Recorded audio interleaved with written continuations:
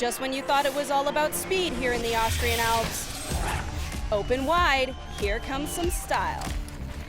Speed and style together? Hell yeah! 16 athletes racing head-to-head? Love it! Side by side in front of one of the best backdrops on the planet, Innsbruck, Austria. Crankworx Round 1 winner Martin Soderstrom is in the house. But the dual speed and style series leader will have to deal with last year's champ Jakob Wenzel and the reigning king of Crankworx, Adrien Laurent. The Mons Royale Dual Speed and Style Innsbruck, live from round 2 of the Crankworx World Tour, starts right now. Yes, my people, we got to extend a huge welcome to the global mountain bike community because we truly have viewers from all over the world, and for good reason. This is stop number 2 of the Crankworx World Tour, and as you can see on your screen, we're in beautiful Innsbruck, Austria. And I don't care if you're watching from Lithuania, Louisiana, United Kingdom to Uganda, you got to be excited about what we have in store for you today.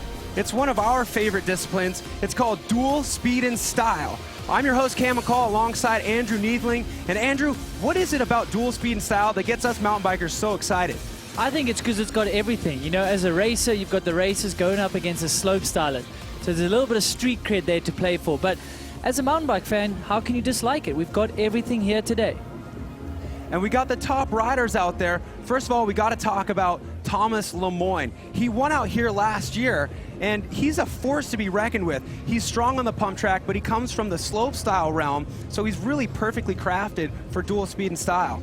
That he is. I mean, he's qualified in first position, so we know he's got what it takes. But we cannot forget about Adrien Laurent, who has stepped up his trick game in the off-season. We know that. He's won some of these. He's also the reigning king of Crankworx from 2017. He had a rough night in the pump track yesterday, so he's going to be looking to get a little bit of redemption out there. But the guy we're always talking about when it comes to dual speed and style, the guy who got second out here last year, unfortunately, we won't be seeing him in the competition today. I'm talking about Martin Soderstrom. No, unfortunately not. He was doing double, triple duty here. He went up to Whiphoff and unfortunately took a really nasty crash. Maybe cover your eyes there for the viewers at home. He's doing decently okay, but we know we're not going to see him in the dual speed and style. And that's unfortunate because he won in Road to Ruhr, so he's actually the series leader. But and that's he qualified no more. well here too, so a lot of too. people were talking about him for their fantasy Crankworx teams, thinking this is the guy to beat right here. With him out, it's got to open up the door for a lot of the other competitors. Yeah, that it does. So we'll see how it plays out today, but someone like Adrien Laurent is looking pretty because he's still in the field. Someone like Joe is not, and Martin Soderstrom, as we just heard, he won't be scoring any points tonight.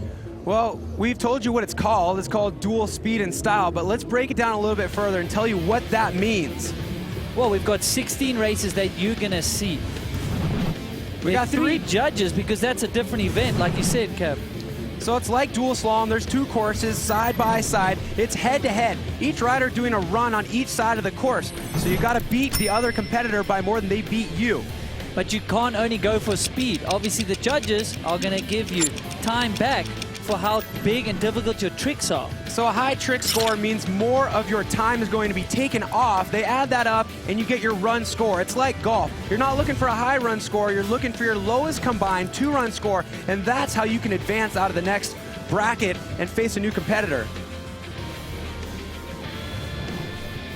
And our 2017 champ, Jakob Wenzel, is not in the field either, so that's another interesting thing that we've got to chat about. Anyway, enough of that. Someone like Adrien Laurent is going to be one of my picks because he's really high in the series. He's been working on his trick game, and he's got the speed. Well, all that means is if you like racing, you came to the right place. If you like jumps and tricks, you came to the right place. And this is stop number 2, so we're coming off of a great event down in the Southern Hemisphere in March in Rotorua, New Zealand. Let's take a look back and see how Mons Royale dual speed and style shook down in the Southern Hemisphere. So this is our gold medal round. Martin Soderstrom, he was leading, but Joe would go on to hit him mid-air, which was really unfortunate. Now, he did get up to be okay. It was great to see Joe Simpson out here. He was a relatively unknown rider who made it all the way into the finals against Martin Soderstrom. And he had a lot to do, obviously, in round 2. He was just taking it easy. Martin almost had a victory lap, and it's so good to see Martin back on top of the podium after a lot of injuries. And again, we're sending him our good well wishes after that nasty crash in Whiphoff. Well, it just goes to show how tight the racing can be right there.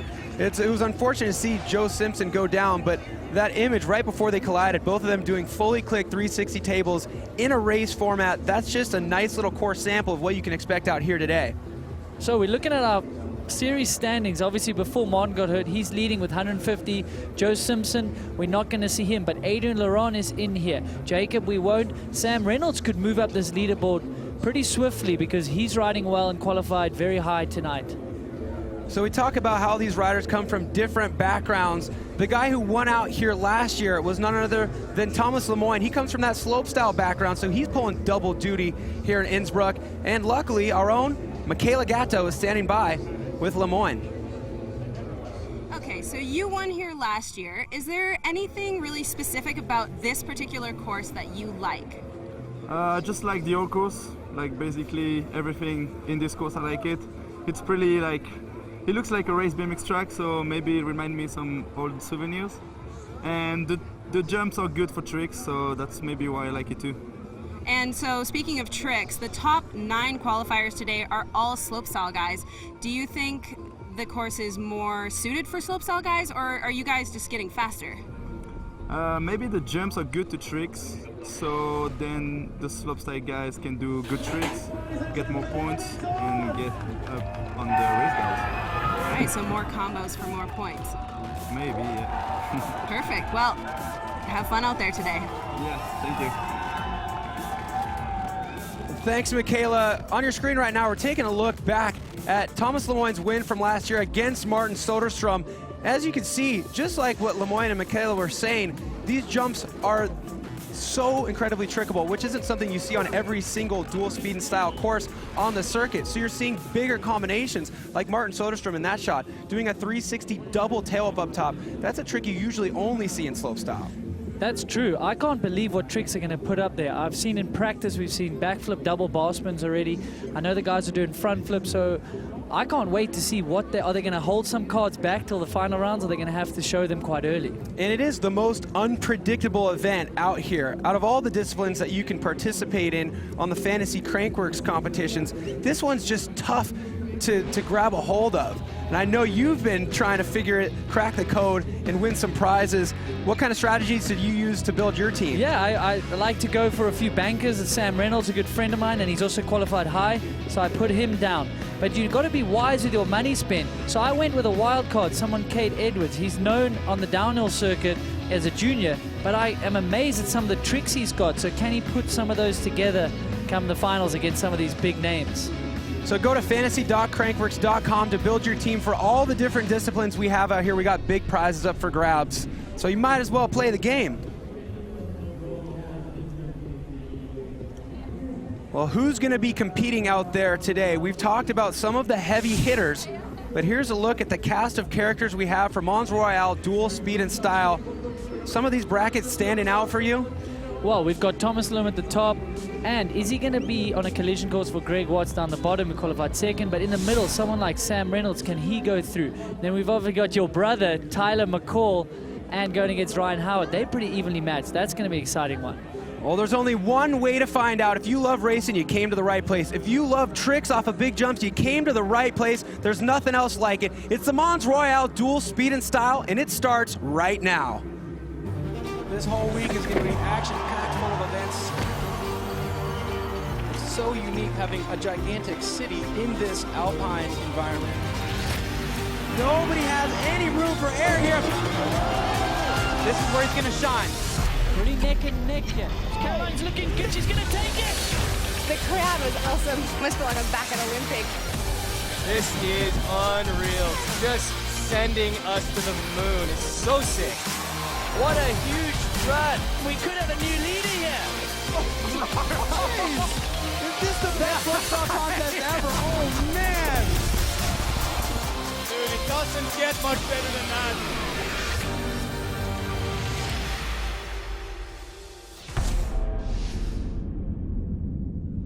Well, the time is now. I don't know about you, Andrew, but I'm not lying when I say this is one of my favorite disciplines. And look at that, the hair is standing up on my arms right now. We got riders in the gate. It's time to kick this off. Yes, our Mons Royale, dual speed and style here in Innsbruck, round 2. none other than Thomas Lemoyne. Looking to redeem himself a bit for last night. He didn't have the greatest showing in pump track. Maybe a bit fatigued after coming out and practicing and qualifying here in dual speed and style. Going to get Marcin Rod, Tyler McCall, Louis Rabot, Thomas van Steenberg, Ryan Howard. All these guys are here today and they are ready for action. So right now, Thomas Lemoyne from France on the left side of your screen, Marcin Rott, a relatively unknown rider until last night on the Crankworx scene anyways. He's from Poland. He was a bracket beater in a couple of those heats in pump track last night, so we know he's got the speed, but he comes from dirt jumping, so he's gonna have some tricks for Lemoyne.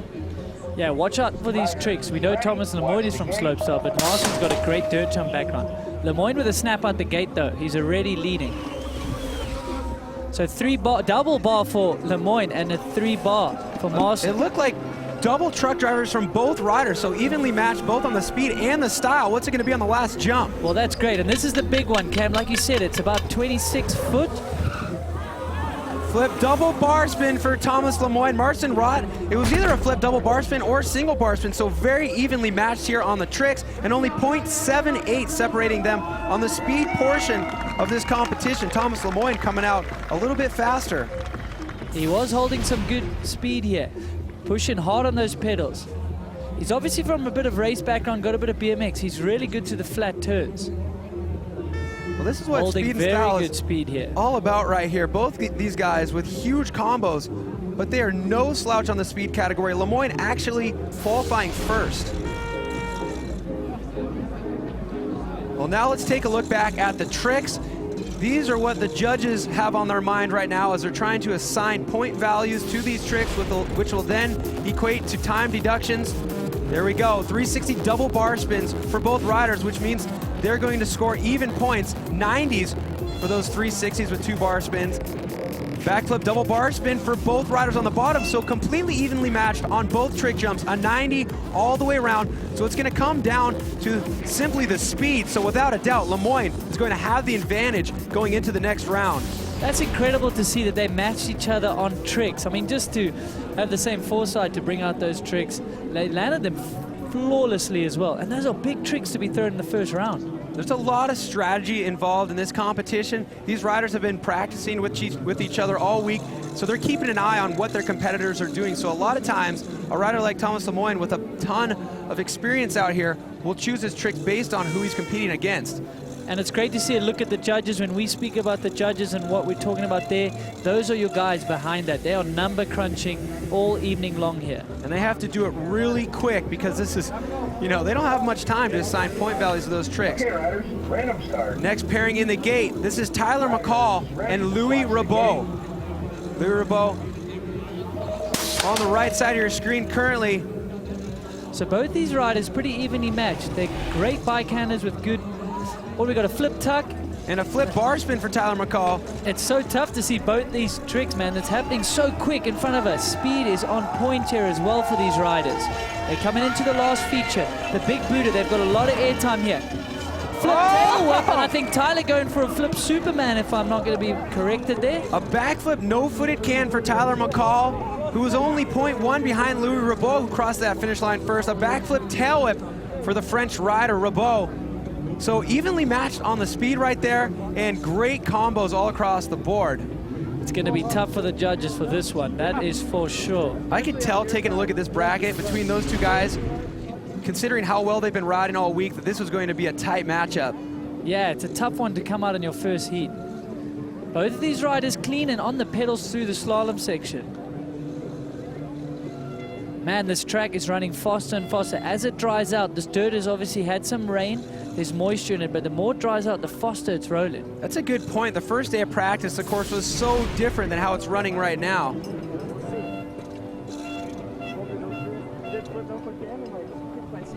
So great even matchup out of these guys on the speed component. Let's take a look back at the jumps. A backflip bar spin for Tyler McCall. A backflip tuck no-hander for Louis Rabot. A pair of 70s all the way around.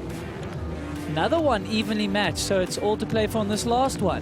So as this sport progresses and evolves, the riders also evolve right now. You see these riders choosing their tricks wisely and scoring similar points there. Tyler McCall only getting a 65 for the backflip no-footed can, which I think is a little bit I think he deserved a little bit more for that. That's a new trick we haven't seen in speed and style. No, we haven't. Was his execution maybe not as good? And it's tough when you're trying to go for speed as well. Obviously, Louis Rabot was flawless in his execution, so maybe the judges saw that. And that's a great point. There was a lot of room for improvement on that backflip no-footed can, so hopefully Tyler uses that little 65 as a tip, maybe get those legs extended all the way, but it's cool to see a trick that we don't often see. And if a sport was designed for a man of style, they might have named it the Ryan Howard Show. This man just oozes style, doesn't he? Yeah, absolutely, and the fans love him. But even if you're one of the most loved riders out there like Ryan Howard, we kind of go by this general rule. If you're a competitor or a commentator, you just don't read the comments on Pink Bike. You might see something you don't like. You're guaranteed you probably will see something you don't. So you and I don't look at it, but some of our co-workers from Boombox decided to go in and find this comment from One Man Army after Rotorua Speed and Style.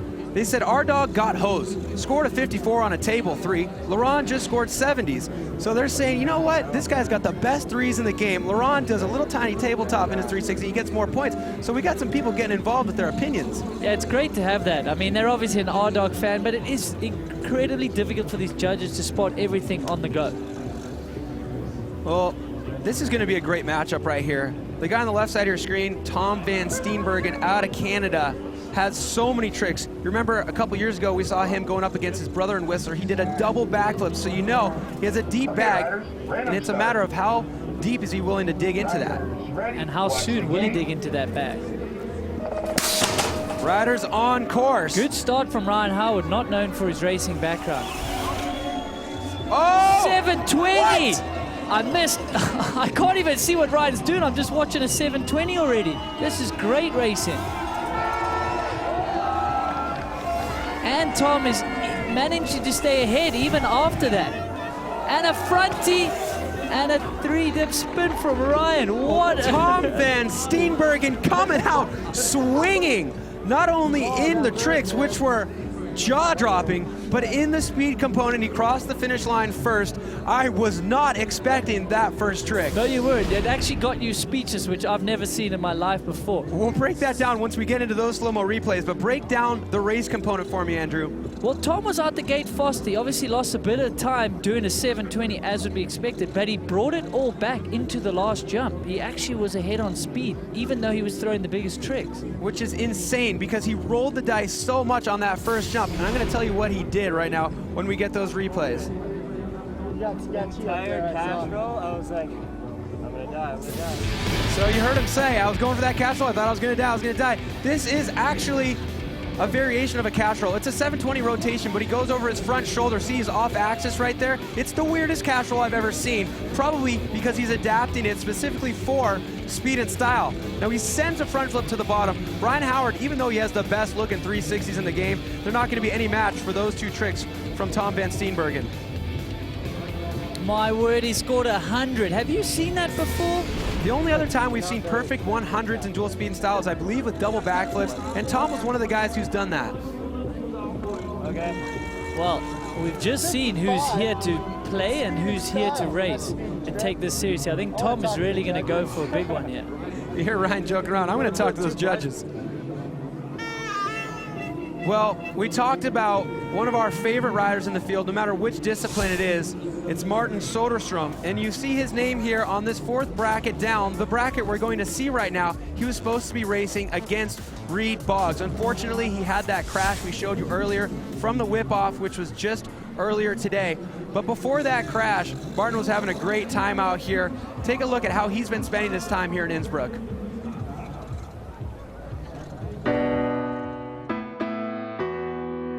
Innsbruck is totally different. It's a big town, got tons of restaurants. I have many good memories from last year. That's so good. Wesley Boyd takes the gold and Mark Soderstrom will take the silver out here today. Yeah, that's kind of when I started to feel like I was starting to get some momentum again. So for 2018, I was more like, you know what, I'm just gonna go to the events and really try to have fun. I mean, at the moment, Crankworx means first of all a ton for me, but also for the whole scene. Because if Crankworx wouldn't be there, I wouldn't still be competitive. I wouldn't compete. And I know it's the same thing for many athletes. Innsbruck is crazy last year. We showed up to the best whip jump, and it was like one of the biggest and one of the best jumps that we've seen, and also at the really scenic, beautiful location. So the crowd was really excited. So that's kind of when we knew that this is going to be a great success. Then he was moving on with the speed and style, with like creative lines, with jumping over and under each other, and everyone was stoked on that. And then the slopestyle happened, and it was probably one of the best battles we've ever seen. There's so much happiness at being at the Crankworx event and doing good and that stuff, so it's very motivating.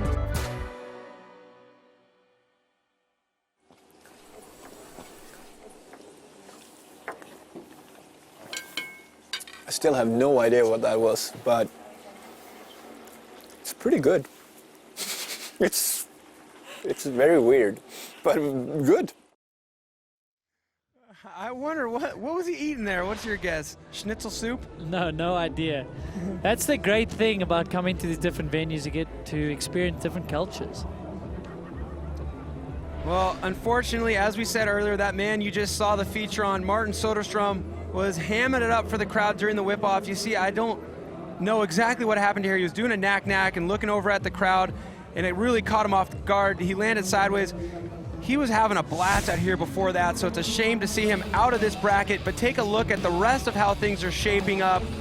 With Martin Soderstrom out, Reed Boggs had a bye, but our next round we're going to see is going to be the Brit, Sam Reynolds, against Mitch Chubey. All the way down there, that last bracket, we're gonna be looking forward to that one. The second place qualifier, Greg Watts. Will we see a collision course between Lemoyne and Greg Watts like we saw in Pump Track, the 1 and 2s going against each other in the men's and the women's field?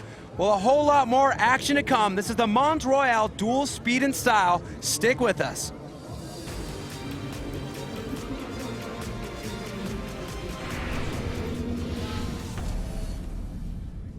We're trying to make a drivetrain that works better. We're trying to improve upon the things that we had done.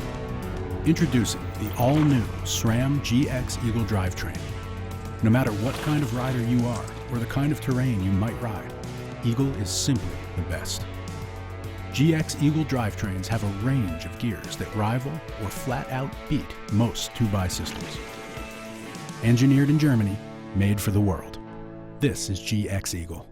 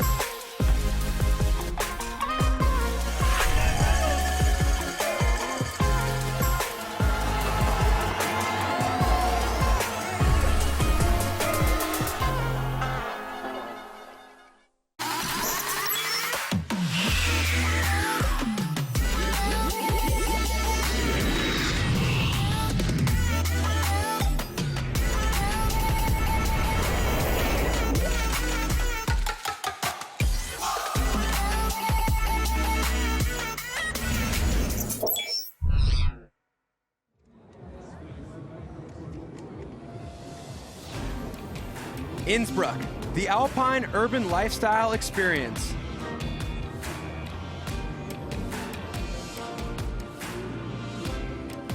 Well, speaking of Innsbruck, take a look at this place. Look at those mountains. And if you can believe it, there's a city beneath those things. Usually you have to travel into the mountains, get to a tiny little village to get these views. We're right in the middle of a big city, and if you're not familiar with Innsbruck, take a look at this map, zeroing in all the way from outer space.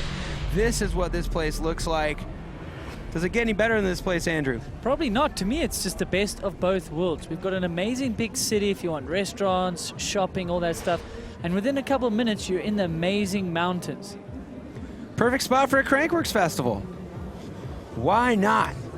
So take a look at the riders in the gate right now. You've got Sam Reynolds on the left, the looker's left if you're a viewer on your couch staring at your TV. And on the right, that's the Canadian Mitch Chubby. A lot of these riders have some modifications to optimize their bikes for dual speed and style. Michaela caught up with Mitch Chubby to find out what kind of special add-ons he has on his bike. Take a look. So something a little unique that I'm going to show you guys right now, it's called a crank stopper. A lot of the slope guys are using it. It's right down here. You can't see it because this one's actually integrated into Mitch Chubby's bike, but you can see the bolt at the bottom that goes into the frame, and he has a machined Teflon bushing that the bolt presses against to create friction to make sure his cranks aren't spinning. So you can see again down here that the cranks won't spin. So when he's doing tricks like tail whips, his feet are going to land level and nice and smooth every single time. Right on. Thanks for that breakdown, Michaela. And it's tough to decide how much to tighten up your cranks for dual speed and style, because it's not just like slopestyle where you only care about your cranks being where you left them when you return from your trick. You also have to sprint out of that gate. So if you go too tight, then you're not going to have as much speed. So it's a fine balance. No, it is. You're always going to add friction to your pedaling. Okay, riders, random start. So Sam Reynolds in the blue jersey, Mitch Chubby in the gray t-shirt. Sam Reynolds is putting a lot of practice runs in today, and it's showing. He's got some great speed. We've got a 3-bar to a flip bar there versus Mitch Chubby. But Sam has really looked aggressive through practice, and it's showing here. He's leading out the speed as well, and we'll see what the judges say about the tricks. Last jump here. Tuck flip no-hander from both these riders. Pair of flip tuck no-handers to finish things off. Sam Reynolds crossing the finish line first by 0.72. But we're going to have to wait to see what the judges have to say about these tricks. Pretty evenly matched on the variations.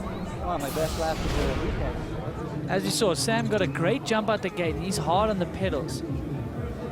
We've seen him very aggressive, petting the whole way through the chicane. He's here to race it. I mean, he's qualifying in third as well. That shows his speed. And we know he's from a slopestyle background and big bike background, so he's got the tricks to boot. But he also did really well out here last year. He got on the podium, third place for Sam Reynolds in 2017. But now let's take a look at the jumps. What tricks did these guys do, and what scores did they get for them? A 360 bar spin from Sam Reynolds, a backflip bar spin from Mitch Chubby, a 75 for Sam, and a 70 for Chubby. So he's leading a little bit, and he has the speed, so all he needs to do is keep it in check here on the last one. Chubby just barely squeezing that flip bar around. Big extension for Sam Reynolds on that backflip tuck no-hander. Mitch Chubby deciding to go with that same trick. They score a pair of 70s. So Sam just barely edging out Mitch Chubby by 5 points on that top jump.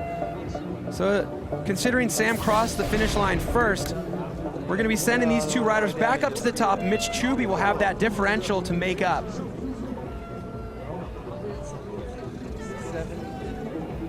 Like we said at the top of the show, this format is just like dual slalom, but you have the tricks. It's kind of similar to freestyle mogul skiing, so we'll get them back up there to the top, and they'll ride on the opposite course this next run around. Yeah, and your guys in yellow, they have the advantage going into the next round, but that doesn't mean they can chill by any means. Anything can happen in dual speed and style, and it normally does. Now this is an exciting matchup right here. We got the guy on the right, Darryl Brown, who is a big name in dual speed and style. He's won these events before at Crankworx festivals, but that guy on the left side of your screen wearing the red, we know him from the World Cup downhill world. His name is Cade Edwards. Comes from the Trek Factory Racing team, the British rider. But this guy has tricks. Take a look at his Instagram page. That he does. I mean, I've seen him out on course in practice, doing 360 bar spin, so he is no slouch to the tricks. It's great to see, and he's new to the Crankworx dual speed and style. It is so cool to see well-rounded young talent out there. Cade Edwards is exactly that. He'll be in the elite field soon. but he's out here throwing tricks. You gotta love it. And Daryl Brown, they've been putting a lot of work back in England. I know him and Sam have been putting in some practice. 360 tuck no hand, and it was a 360 Bossman from Cade. I didn't quite 360 see. tabletop from Cade Edwards. Nice extension, especially considering he's not a dirt jumper by trade. They're pretty neck and neck in the speed here, so it's going to be down to tricks. Flip tuck the hand and almost an underflip flat spin 3 there. Exactly. Great, unique style on that rotation from Cade Edwards. A little bit of R-Dog style there, I would say. Exactly. You usually don't see that kind of creative rotation from people who can actually do well in a World Cup downhill race. No, I'm very impressed with this youngster. It's good to see the youngsters having fun and building versatility on the bike. But how about Daryl Brown right now in the race portion against the racer? Well, Daryl Brown, we know, I mean, he's won these things before, and he is very aggressive on track, almost too aggressive, and it becomes a detriment to him. So on the right side of your screen, Daryl Brown, we expect things like this 360 tuck no-hander, but that 360 tabletop had nice execution from Cade Edwards. He's only 1 point down in the points so far here, a 69 for Cade, a 70 for Daryl Brown. And on the last jump, a backflip tuck no-hander for Daryl Brown, earning him a 70. Cade Edwards not really getting rewarded for that unique rotation. Like you said, a bit of an underflip, a bit of a flat spin hybrid, only 55 points for Cade Edwards. Yeah, he'll be a bit annoyed with that. And it's great to see how well he scored on the first jump, not giving up much to Daryl Brown. So Daryl Brown, undoubtedly the leader going into their second run. Cade Edwards will have 0.55 to make up. Move things on to our next bracket, which has another new face. Exciting. When I looked at the rider lineup for this event, I was really surprised by how many new faces we have, and a handful of them making them into the big show today.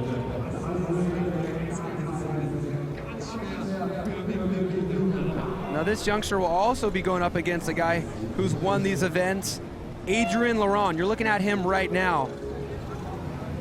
Now last night, things didn't go his way. In the pump track, he's ripping into this left-hand berm, and what happened? Well, Adrian Laurent was riding well all night, but he had his work cut out against Cheney Gannett. He would go through some rounds pretty flawlessly up until the final though, and here we see him just pushing a little bit wide, and he popped his back wheel over the top of the berm, and that was all she wrote. Still managed to come away with a silver medal and get some valuable points for the King of Crankworx. So he'll be looking for redemption right now, but before he can get a podium in dual speed style, he's going to have to get by this young Swedish rider, Victor Duhan. And this guy is new to the Crankworx scene. Let's see what he's got. Adrian Laurent, one of the most consistent dual speed in style, and we see it with a great snap out the gate. He has 6 podiums to date. He's looking to put some more. Normal flip, front bar spin, that is big. We got warned by Martin Sonderstrom how good this Victor kid is. And you never doubt it. When you see a new rider from Sweden, you go, what, another one? Yeah, I don't know where they churn them all out. It's unbelievable. It's absolutely Adrian insane. with a 360. Victor with a front flip, no-hander. This is incredible. Victor Duhan means business. Front flip no-hander over that last jump. And did you notice how he landed and started sprinting on the pedals immediately? Well, I can't wait to break down those tricks in a little bit, but first let's take a look back at this start. So this is where Adrian makes up his ground. He is almost a whole bike length ahead of Victor just out the start. Very fit, trains hard for this, but he's been working on his tricks. So he is a little bit ahead on the speed, and that's no doubt. He comes from a racer background. Well, Victor holding his own, considering that we don't know him from the racing realm. I'm so impressed with how they can trick, going aggressive, hitting these jumps at speed. So the tricks that Victor Duhan just did are huge for a dual speed and style competition. A straight backflip for Adrian Laurent, that's only going to score a 40, but a perfect 100 for that front flip bar spin. I can't even express how difficult that trick is. We don't have enough time for me to break that down, because now we're on to the last jump. We're going to talk about his next trick, which scored a 95, a front flip tuck no-hander. Look at how far off his hands are. He puts them behind his back. Oh, that is huge execution. These are tricks that you're going to see, well, you might not even see them in slopestyle. They are that difficult. Something tells me we may see that man in slopestyle in years to come. It's hard to get the points to get into the slopestyle, but what you do is you come out in dual speed and style, and if you're fast enough, you make a name for yourself. Victor Duhan will be the leader. Once they make their way to the top of the course, Adrian Laurent will have a .52 to make up. That is a tall order when you're going up against a rider with a bag of tricks like Victor Duhan. He sure doesn't look to be phased, does he? No, he seems cool, calm, and collected. So this is where we sit right now. We have one bracket left in run number 1 of the round of 16. You see that column at the very bottom? You see that guy who's wearing blue right there. The guy who qualified second out here today, Greg Watts, looking to be in top form going up against the German rider, Lucas Schaefer. I mean, yes, Greg Watts is one of the veterans out here in dual speed and style. A 2009 winner of this event. Taking a little bit of a hiatus on the results. He's had some injuries, but it's great to see him back. And I promise you, I've probably seen him do the most practice runs here, so we know he's taking it seriously, and he's getting faster and faster as the afternoon wears on. Good start from both the boys. Let's see what they have on the first jump. 3 spin, and then Greg Watts with the backflip. Did he throw a bar in there as well? Suicide no-hander from Greg Watts, putting that front brake to use. It comes in handy for the race portion, but also there's some tricks that piece of your bike opens the door to. So he's holding good pace here as well. There's the flip bar that I was speaking of. It's so difficult to see with these guys. You're used to it from watching slopestyle.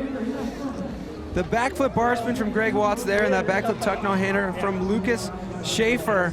But like you said, Greg Watts, he has so many tricks to choose from. The 2009 winner of the slopestyle in Whistler. And he's no stranger to the podium in dual speed and style either, but it's been a while since we've seen him get there. So a second place qualifier, it hints at things to come. So these guys eagerly anticipating what the judges are going to say. They've got to wait in the finish carousel. Well, they're eating snacks, so they must be done with those scores. Let's take a look back at what they will be scoring. Lucas Schaefer on the left side at 360 tabletop. Greg Watts on the right side there with a backflip suicide no-hander. You have to hit the front brake before you take the hands off, or else your bars are going to spin backwards and you're going to be in a whole world of hurt. You're definitely not going to cross the finish line anywhere near your competitor. Let's take a look at the last jump. A backflip bar spin. Greg now in the lead. A backflip tuck no-hander for Lucas Schaefer. Pair of 70s for Lucas, a 75 and a 70 for Greg, so edging Lucas out by 5 points and crossing the finish line. Greg Watts has got to be the leader going into this next round, and Lucas Schaefer will have a .63 to make up.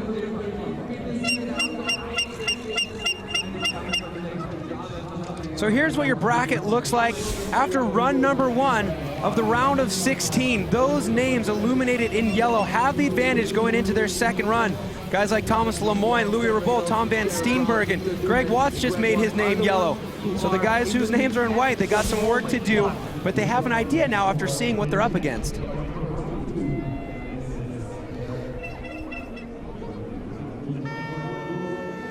So we got things back up to the top right now. We're gonna see our first bracket in their second run. This is the man who won this event last year, Thomas Lemoyne, who's now on the right side of your screen. Marcin Rott from Poland has a .78 to make up. So we know he's got to keep pretty even here in the speed and then try throw some even bigger tricks than he did in the first round. Now, Lemoyne wants to recreate what he did here last year, which is one of the best dual speed and style finals we've ever seen. Take a look at this replay. It was Martin Soderstrom against Thomas Lemoyne. Anytime you're up against Martin Soderstrom, it doesn't matter what the discipline, you know he's gonna bring the heat, and he did just that, a 360 double tail up. But Thomas Lemoyne, unshakable on the speed portion, also bringing the big tricks. Huge lead coming into that last jump. He threw that backflip, double bar spin, and it was time for champagne for these guys. Thomas Lemoyne coming out on top. You know he's gonna be looking to repeat that feeling out here today. You know you've ridden well and thrown some big tricks if you can take down Mons Soderstrom, number 1 on speed, but 360 double tail whip and then a double tail whip to end. So we don't even need to say, we already know Marcin Rott has a bit of work ahead of him. Let's see if he can handle the pressure.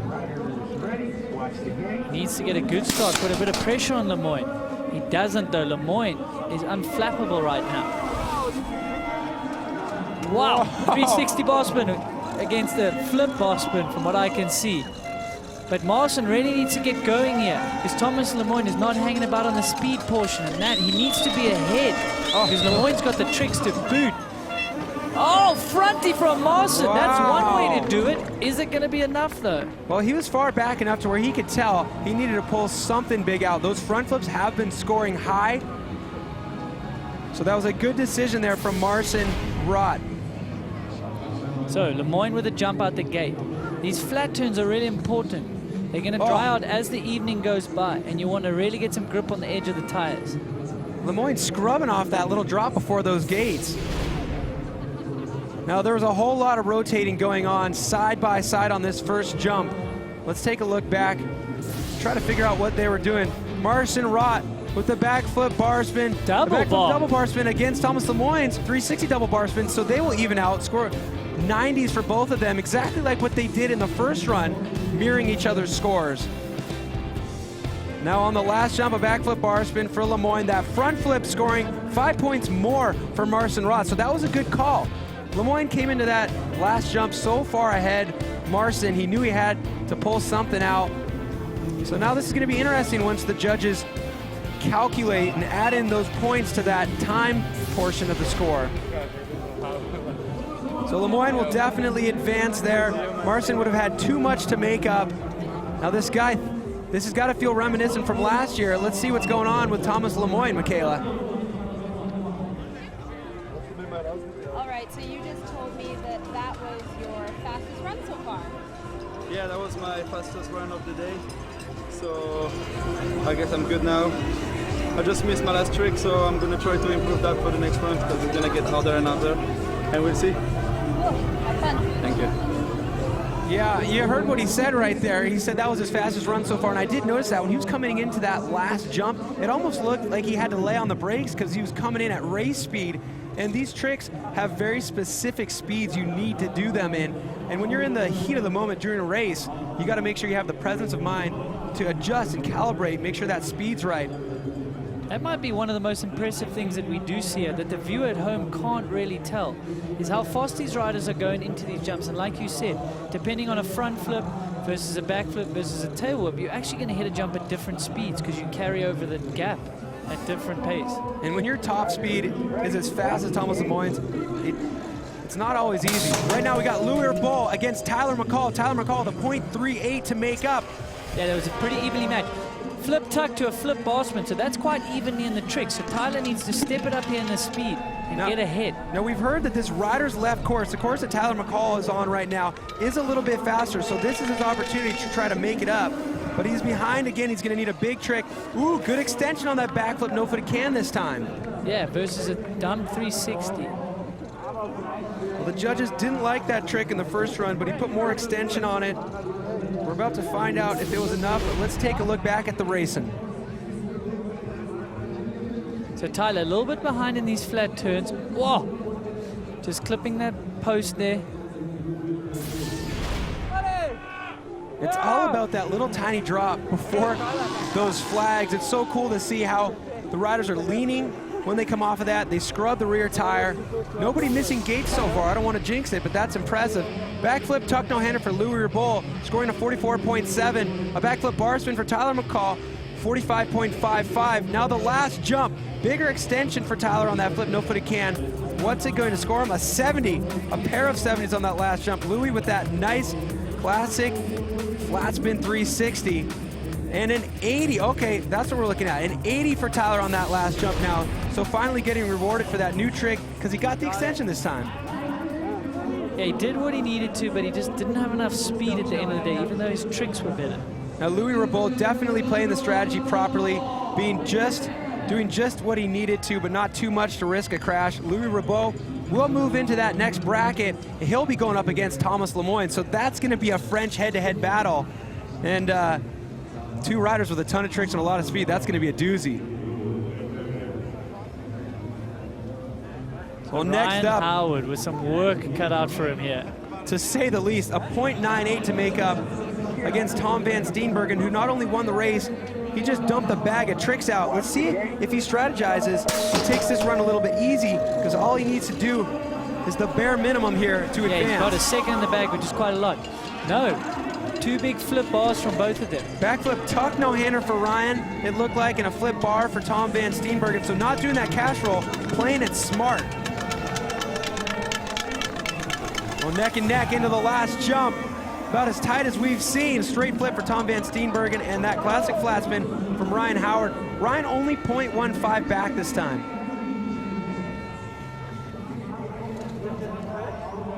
Yeah, put bar top.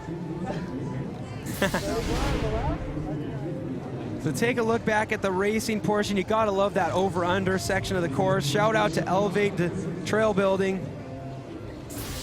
I'm just gonna say how incredible this course is here. So Ryan, we know he's here for fun. Tom dumped huge tricks in the first run. So backflip tuck no-hander for Ryan Howard. Is it a flip bar spin for Tom Van Steenbergen? It was. So a pair of 70s. You do a variation in that flip. You're gonna land somewhere in the 70 range.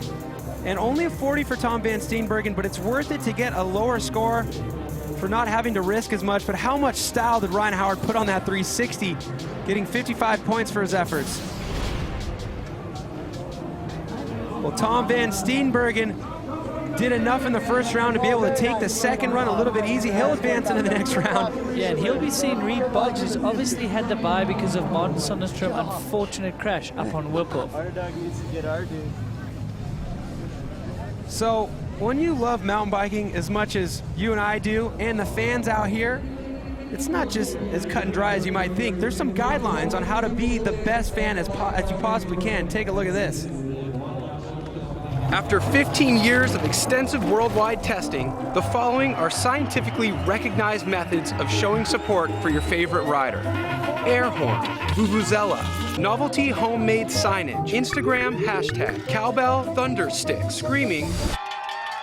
However, studies have shown that fan nakedness has a detrimental effect on athlete performance. And that's why you need this.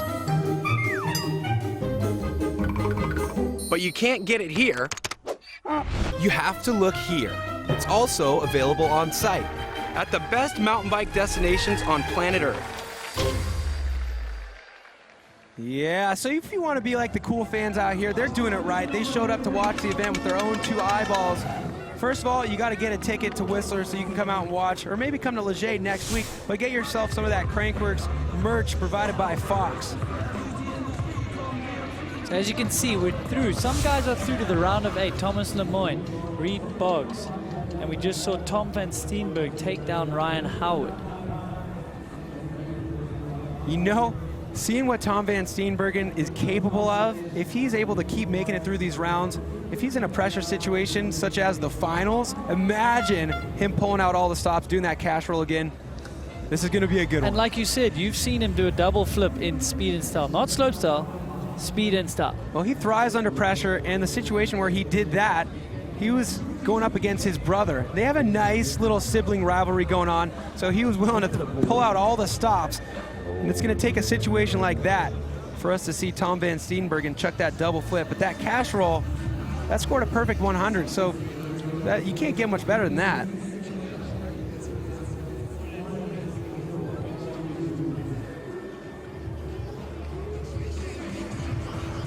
Back to racing. We got 2 riders back up in the gate. Sam Reynolds on the right side of your screen with those bright yellow goggles. Mitch Chubby in that bright gray shirt there, needing to make up a .78. Sam Reynolds with a great snap out the gate, coming into the first jump. 360 bar spin to a backflip bar spin as far as I can say, or it was a tuck. No, I think you got it right. Now Mitch Chubby is going to need something huge out here. He's been known to chuck the backflip tail up. He's pretty far behind Sam Reynolds. He has a lot to make up. Not going to be enough with Mitch Chubby. Didn't get any variation of that backflip. Sam Reynolds did and was ahead on speed and style there. So Chubby already having a bit to make up from run number 1. It's not going to be enough for him with Sam Reynolds crossing the finish line first and getting the big tricks. But how about that start from Reynolds? Yeah, Sam anticipating the gate. Great from him, getting that jump ahead. So right here, I think Mitch Chubby knew even a perfect 100 wasn't going to be enough. It's all right, better have the shade anyway. Yeah. You hear that? That's what's great about having back-to-back events. He said, I do better in Leger anyways. You only got a week to wait for that, Mitch, so get back out there and learn from this experience here. That was a 360 bar spin from Sam Reynolds, a backflip bar spin from Mitch Chubby. Sam scoring 5 points higher than Mitch on that one.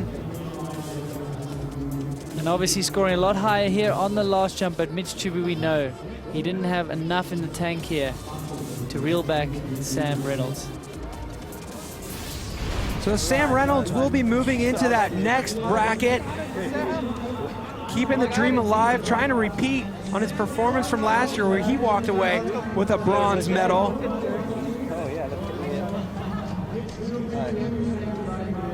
Now Sam Reynolds will be going up against the winner of this next round against Cade Edwards and Daryl Brown. Daryl Brown with the advantage, as you can see, he's in yellow. We've got Victor coming late as well, also illuminated, so here's the advantage. So the young gun against an older statesman who's won this event before. 2016 in Leger, Daryl Brown burst onto the scene of dual speed and style, and ever since then, it's been a force to be reckoned with. And his big strength is his consistency, so you gotta think it's going to be a far-fetched idea for Daryl Brown to make a mistake here. 3 tuck and then the 3 table from Cade. Pretty similar as the first round, but Cade needs to get going here. Because Daryl Brown is not one to stick around here. He's very aggressive on the speed. Cade's young and excited. What's he going to chuck here? Same thing. Same tricks from pretty much both those guys. We've got the flip tuck, and then we're calling it the underflip, or at least I am. So with these two guys being so fast, let's take a look at this one section of the course where we have these flat turns, these poles in the ground. So Cade Edwards electing to hop as far as he can to get a bit of downslope there off the log. Daryl Brown opting to squash and get on the ground earlier to get on the pedals. And pretty similar story to their first run on the jumps. Cade Edwards with great extension and execution on that 360 table. Daryl Brown with a trick that he always uses in dual speed and style. It's always served him well, that 360 tuck no-hander. He usually couples that with the backflip tuck no-hander. So this proven formula for Daryl Brown, he's using it to get out of yet another bracket. Will he earn some more hardware today?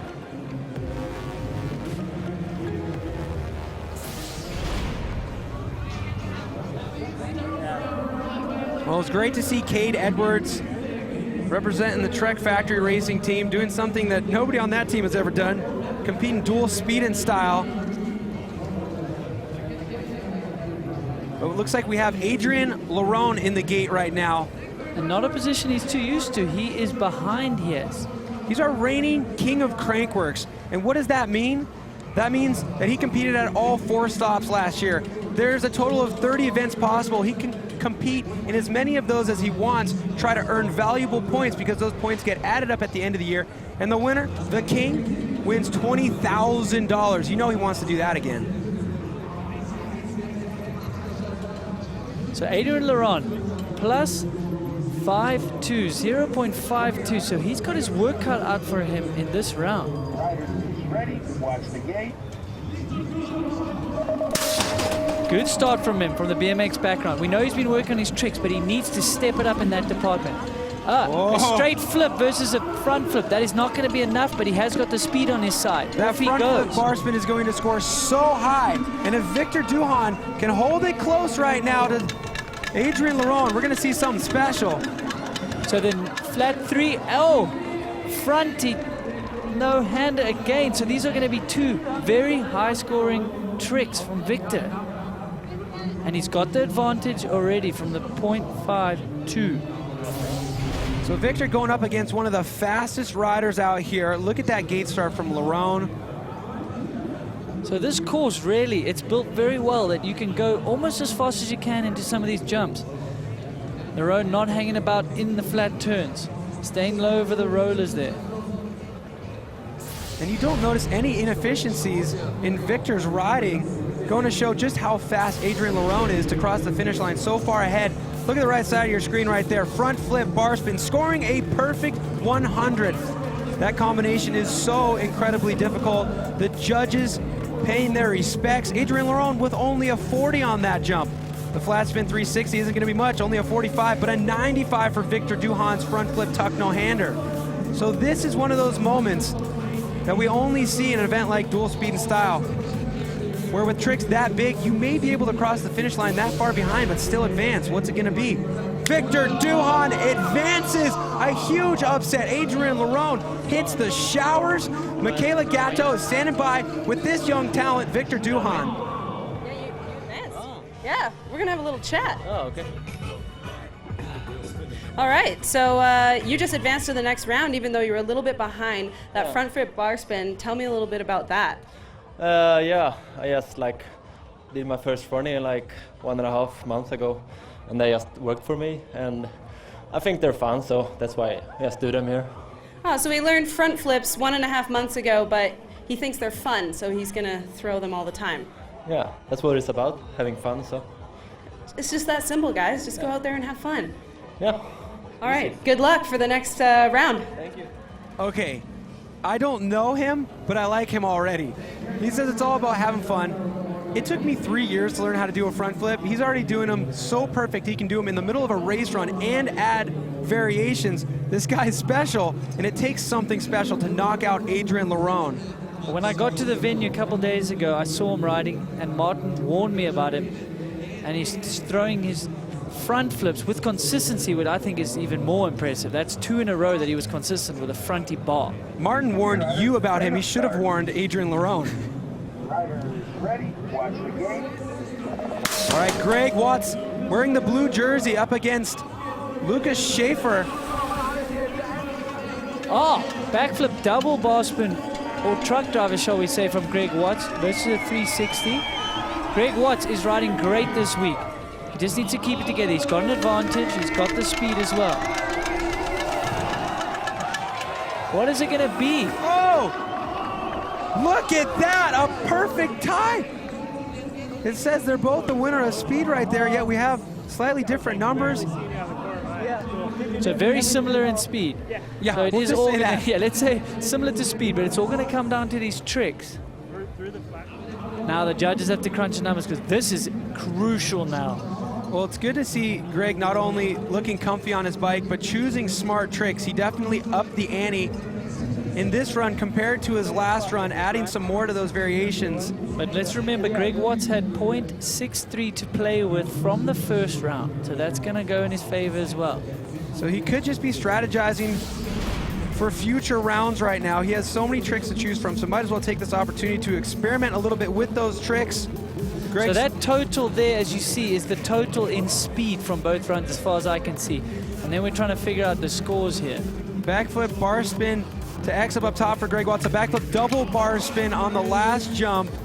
Lucas Schaefer had that backflip tuck no-hander on the bottom and that 360 150 can up top. He scored a 75 and a 70, but Greg with an 80 and a 90. That's definitely going to help his cause. He's looking pretty unstoppable here today. I'm hoping we're going to see that collision course between our top 2 riders.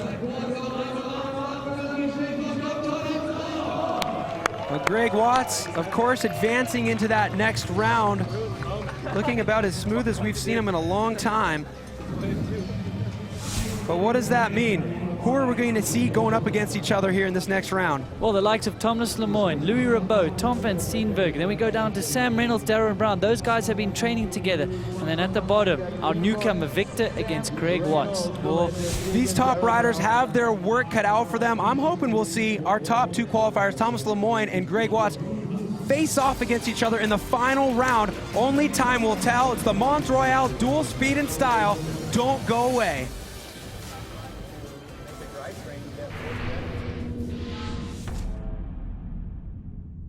We're trying to make a drivetrain that works better. We're trying to improve upon the things that we had done. Introducing the all-new SRAM GX Eagle drivetrain. No matter what kind of rider you are or the kind of terrain you might ride, Eagle is simply the best. GX Eagle drivetrains have a range of gears that rival or flat out beat most 2x systems. Engineered in Germany, made for the world. This is GX Eagle.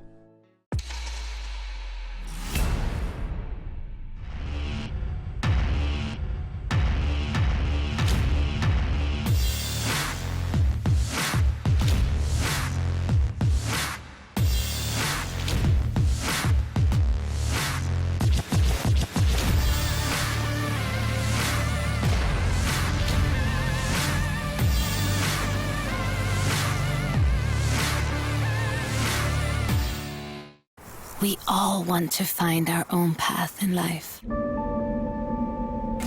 Push past our fears, our daily twists and turns. If we keep going, something changes. That's when we find ourselves and realize there is no truer path.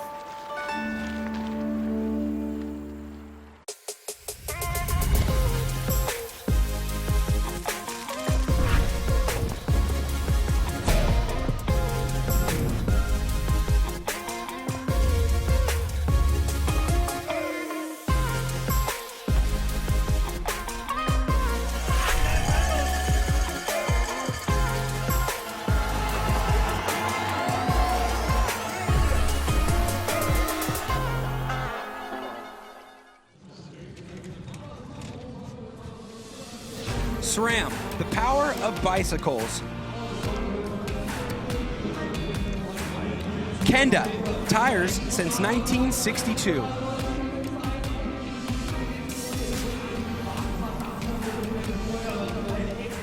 Welcome back, mountain bike world.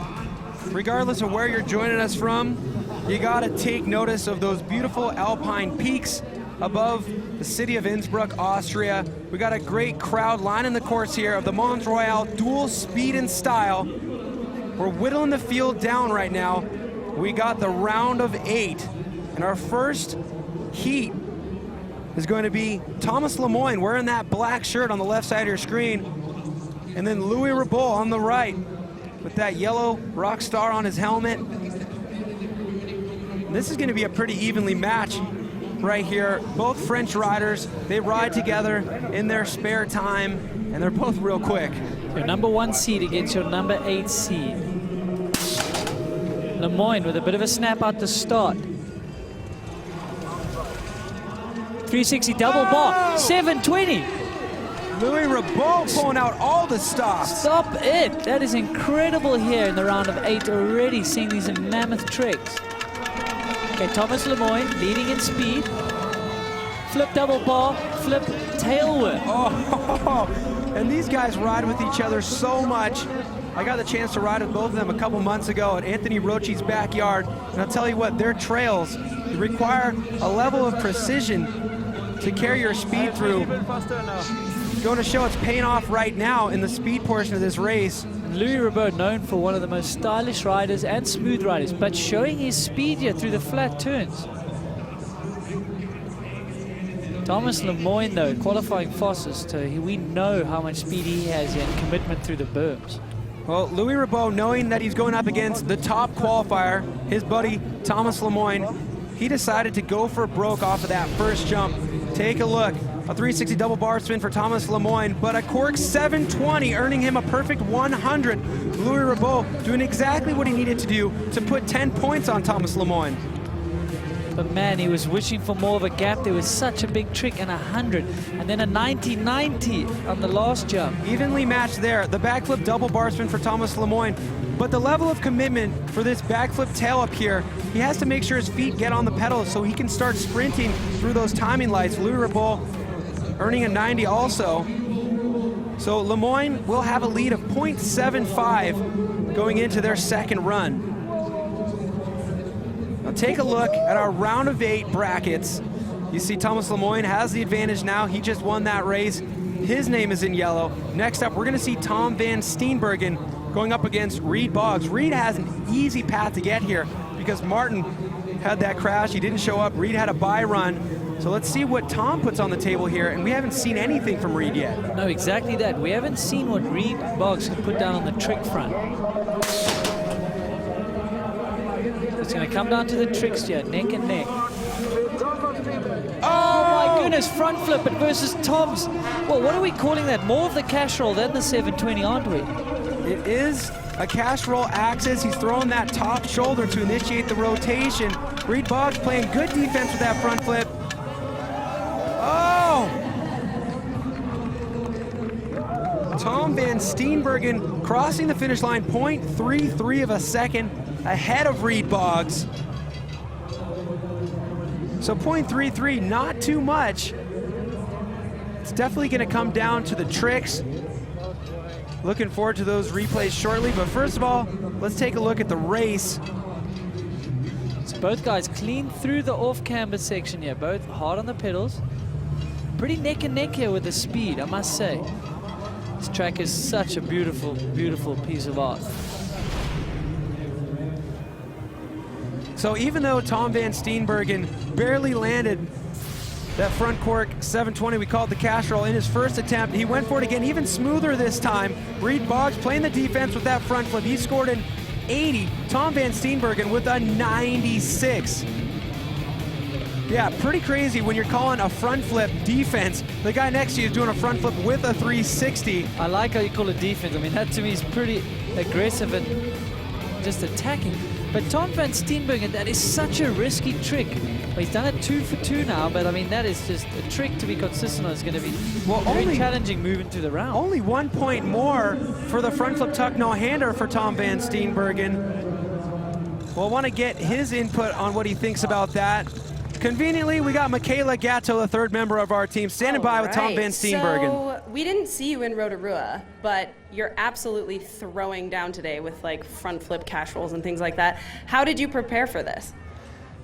Just practicing in the foam pit, I guess, yeah. Is that, do you have one in your yard? I have an airbag.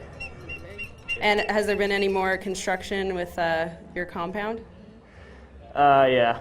It's like, I don't know. This is not only airbag training, it's just like, you gotta have the speed and the tricks. So what do you do for speed? Ride jumps. Ride jumps, all right, perfect. Well, I think you're in it to win it today. What do you think? I hope so. Best of luck. Thanks. Yeah, I think he's in it to win it. Anybody who shows up going that fast, chucking out cash rolls at the right time also.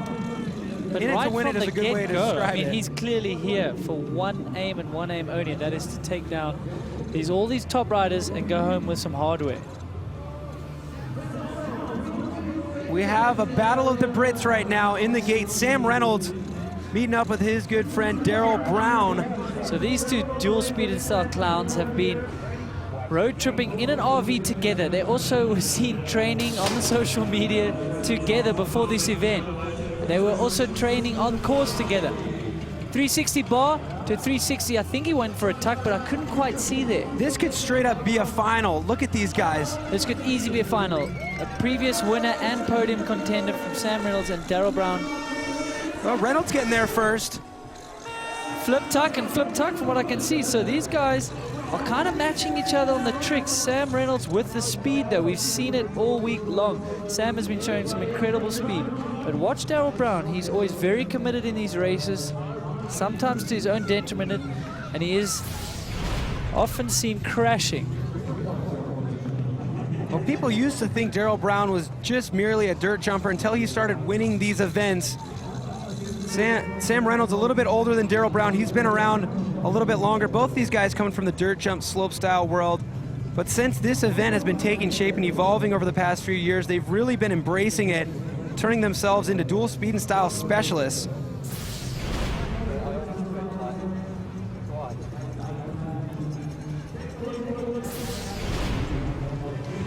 So here's our scores. The 360 bar spin from Sam Reynolds, that classic 360 tuck no-hander from Daryl Brown. We've kind of come to expect those two tricks from Daryl Brown, the 360 tuck no-hander and that right there, that backflip tuck no-hander, both of them earning 70s for that. 10 points more for Sam Reynolds up top. And he crossed the finish line first, so it doesn't take a mathematician to say that Sam Reynolds will be the leader going into their second run of this bracket. Daryl Brown will have .55 to make up.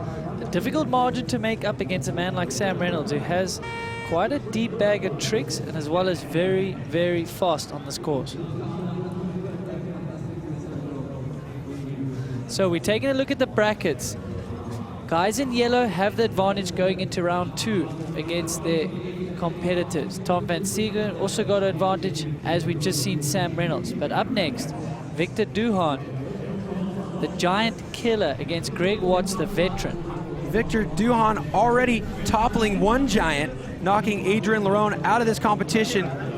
But now he's got a big hurdle in front of him in the form of Greg Watts.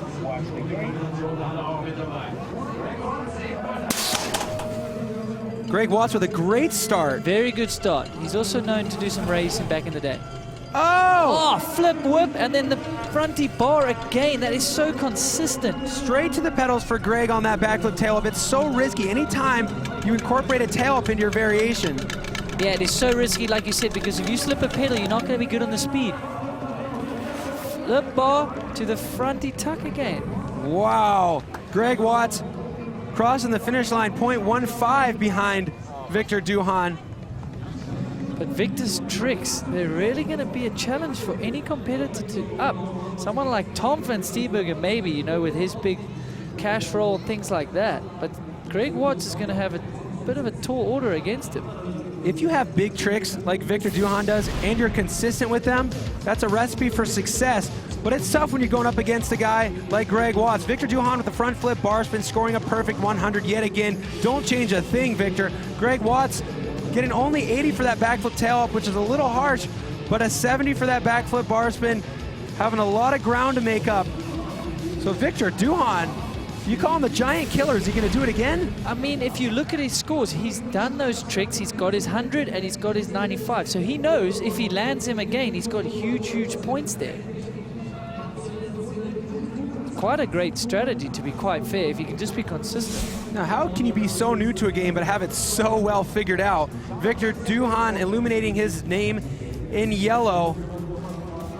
And like we said, this is dual slalom format, so we get all of our riders back up to the top. They switch courses, and we do run 2 of this round of 8.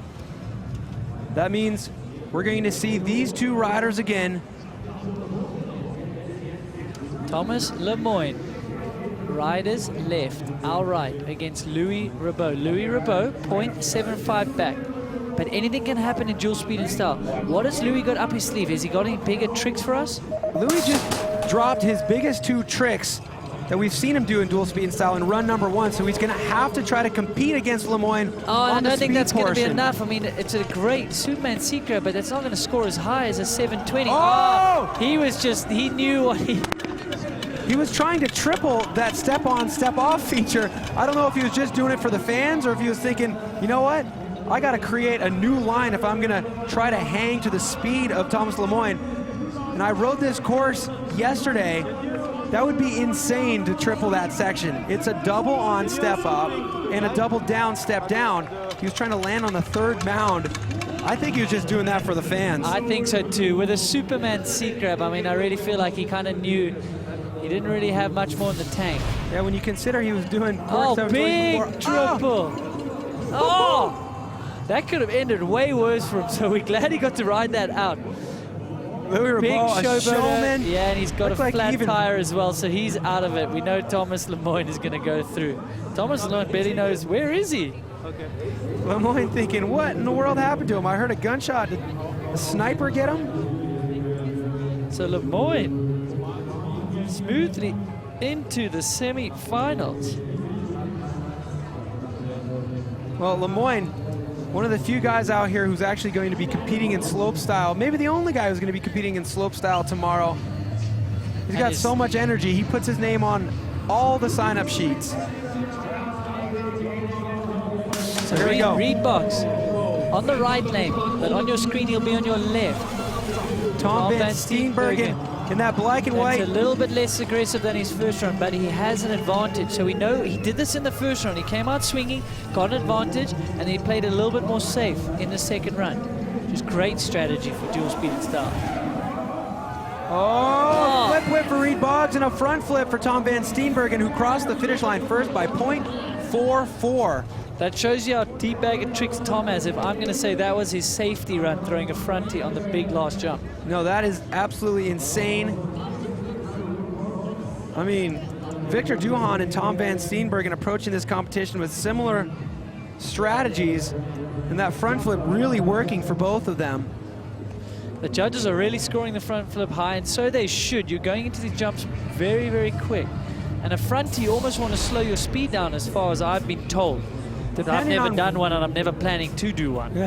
Reed Boggs had the front flip on the first jump. He scored a 70. The back flip bar spin for Tom van Steenbergen matched the score of Reed Boggs, so they're even on the first jump. A back flip tail up for Reed, on the last jump, and Tom van Steenbergen doing that front flip. And you can see he initiates that rotation early, which is gonna put him long down the landing, but calibrating his speed nicely, tripping that light first, scoring an 80 for Tom and a 90 for that backflip tail up for Reed. Yeah, not taking anything away from Reed Boggs. He's puts on some big tricks as well. But Tom van Steenbergen is in a league of his own right now. Well, Tom van Steenbergen will go up against the top qualifier and the guy who won it last year, Thomas Lemoyne. So a Tom and Tom round of 4 is going to be an interesting matchup. So there you see it. It's going to be Thomas Lemoyne against Tom van Steenbergen. We're going to see Sam Reynolds and Daryl Brown next. And who's going to go through of those? And then they're going to go through either against Victor or Greg Watts. So these guys, a lot less time in between runs here. So fitness and fatigue is going to play a role here as we advance to the later rounds. This is a great matchup. Daryl Brown behind by 0.55. It's possible, but no room for error. No rest for the wicked here. We're straight out the gate, evenly matched. 360 tuck and a 360 bar. So Daryl Brown and Sam Reynolds are neck and neck here. It's all to play for. Oh, he's gone deep there. Wow, he's made a big his mistake. speed. As I said, he's one that will always let it hang out, and sometimes it brings him down. A man that has made mistakes and crashes in these events before. Unfortunately, Daryl Brown has crashed out of this one as well. Well, these two riders have both been doing the same tricks the entire competition. They have a formula that works for them, and they're sticking to it, so you knew that was going to be a drag race. If Daryl Brown was going to make anything up, it was going to be in the timed portion. It looked like he overshot something. We're going to be able to take a look back at that replay and see what went wrong for Daryl Brown. So Daryl Brown knows that he's behind here, so he has to make up some ground in the speed section. He is so aggressive here, way more attacking. He's gone a little bit deep, got squirrely, and couldn't squash that last step down. He may have missed the gate going so long on that step down. First day of practice, people were manually in that step down. Now guys like Daryl Brown are landing completely flat on it. So Sam Reynolds will be advancing into the next round. Now we got the big question is, who will Sam Reynolds be facing? It's either going to be Victor Duhan or the veteran Greg Watts. We're about to find out. Will experience outweigh the young gun? I would say youthful exuberance, but he looks so calm, cool, and collected for a guy who's here at his first Crankworx. He really does. Experience way beyond his years here, Victor. Is he going to be able to be consistent with his front flip bar spin? He's thrown it and he's got it. He's obviously given up a bit on speed, but we know he's going to get scored 100 points there. Greg Watts is pushing hard here. Done a lot of practice runs. He's getting quicker and quicker. He's ahead on the speed, so this is good for him. He needs this. Greg doing what he needs to do. A backflip double bar spin for him. To the big front here. I don't think he took his hands off there, so he might be scoring a little bit less than he usually does, Victor. So Greg Watts almost putting a second on the Swede, Victor Duhan, 0.99 of an advantage. He really needed to do that with the magnitude of tricks that Victor is bringing here today. Now these judges, they've already set the precedent for that trick. They've been scoring at 100s all day, so they kind of have to stick to their guns. He's been doing perfect execution of that front flip bar spin. They've backed themselves into a corner where they have to score him a 100 every single time. Yeah, I noticed that from the first run. I mean, it's an amazing trick, but he's executing it as good as he did in the first run. He's gonna get his 100. Take a look at these jumps. Greg Watts doing the backflip bar spin to suicide no-hander. I didn't catch that before. Take a look on the left side of your screen. That is humongous. I hope the judges saw that. He deserves a really good score for that. We didn't see that. It's just happening so quick. Backflip bar spin to suicide no-hander. You have to be kidding me. I would score that higher than a front flip bar spin, but I'm not a judge, so what do I know? We're gonna see these guys just deliberating, making sure they do the right thing, but Greg, definitely coming out of nowhere with that. That's the experience. He knew he has more in the bag, and he's obviously been watching what Victor has. So he has to do the backflip bar spin. That is disappointing, that score of a 70. We were expecting or hoping a bit more there. I'm going to write to my senator. You might be posting on Pink Bike after this. And then the straight front flip for Victor Duhan. What's it going to score him? A 75. Okay, Greg at great least for getting Greg. credit for that. This 70, I am disgusted? Yeah, I'm not happy, Andrew Needling. I'm not happy. That's fine. He's one of your good mates from Aptos. You guys have been riding for years. We know what he's capable of, and what I'm really impressed with is he's keeping it a little bit back. Goodness. Greg Watts advances out of this round despite being utterly ripped off by that insane trick. That's amazing because he was down after the first run. Well, maybe they noticed later and they amended the scores or something, but I mean, hats off to Victor Duhan coming out of nowhere and killing it. Who would have known Greg would come out and do that backflip? That just shows you his speed. He was that far ahead that he had his speed to just really back him up here. Well, I could be wrong, but I don't think Victor took his hands off on the front flip on the last jump. No, and that definitely is going to hurt him. He'll be bummed about that. But what a great showing from him. So we've got Thomas Lemoyne, Tom Van Steenbergen, Sam Reynolds, and Greg Watts. And those are just your semi-finals. We still have a final and then a bronze medal matchup to come. We've boiled it down to 4. We're going to keep chipping it away until the point where we give away a gold medal. Really heavy hitters in this field right now. It's the Mons Royale dual speed and style. Coming back with more. We're trying to make a drivetrain that works better. We're trying to improve upon the things that we had done. Introducing the all-new SRAM GX Eagle drivetrain. No matter what kind of rider you are or the kind of terrain you might ride, Eagle is simply the best. GX Eagle drivetrains have a range of gears that rival or flat out beat most 2x systems. Engineered in Germany, made for the world. This is GX Eagle.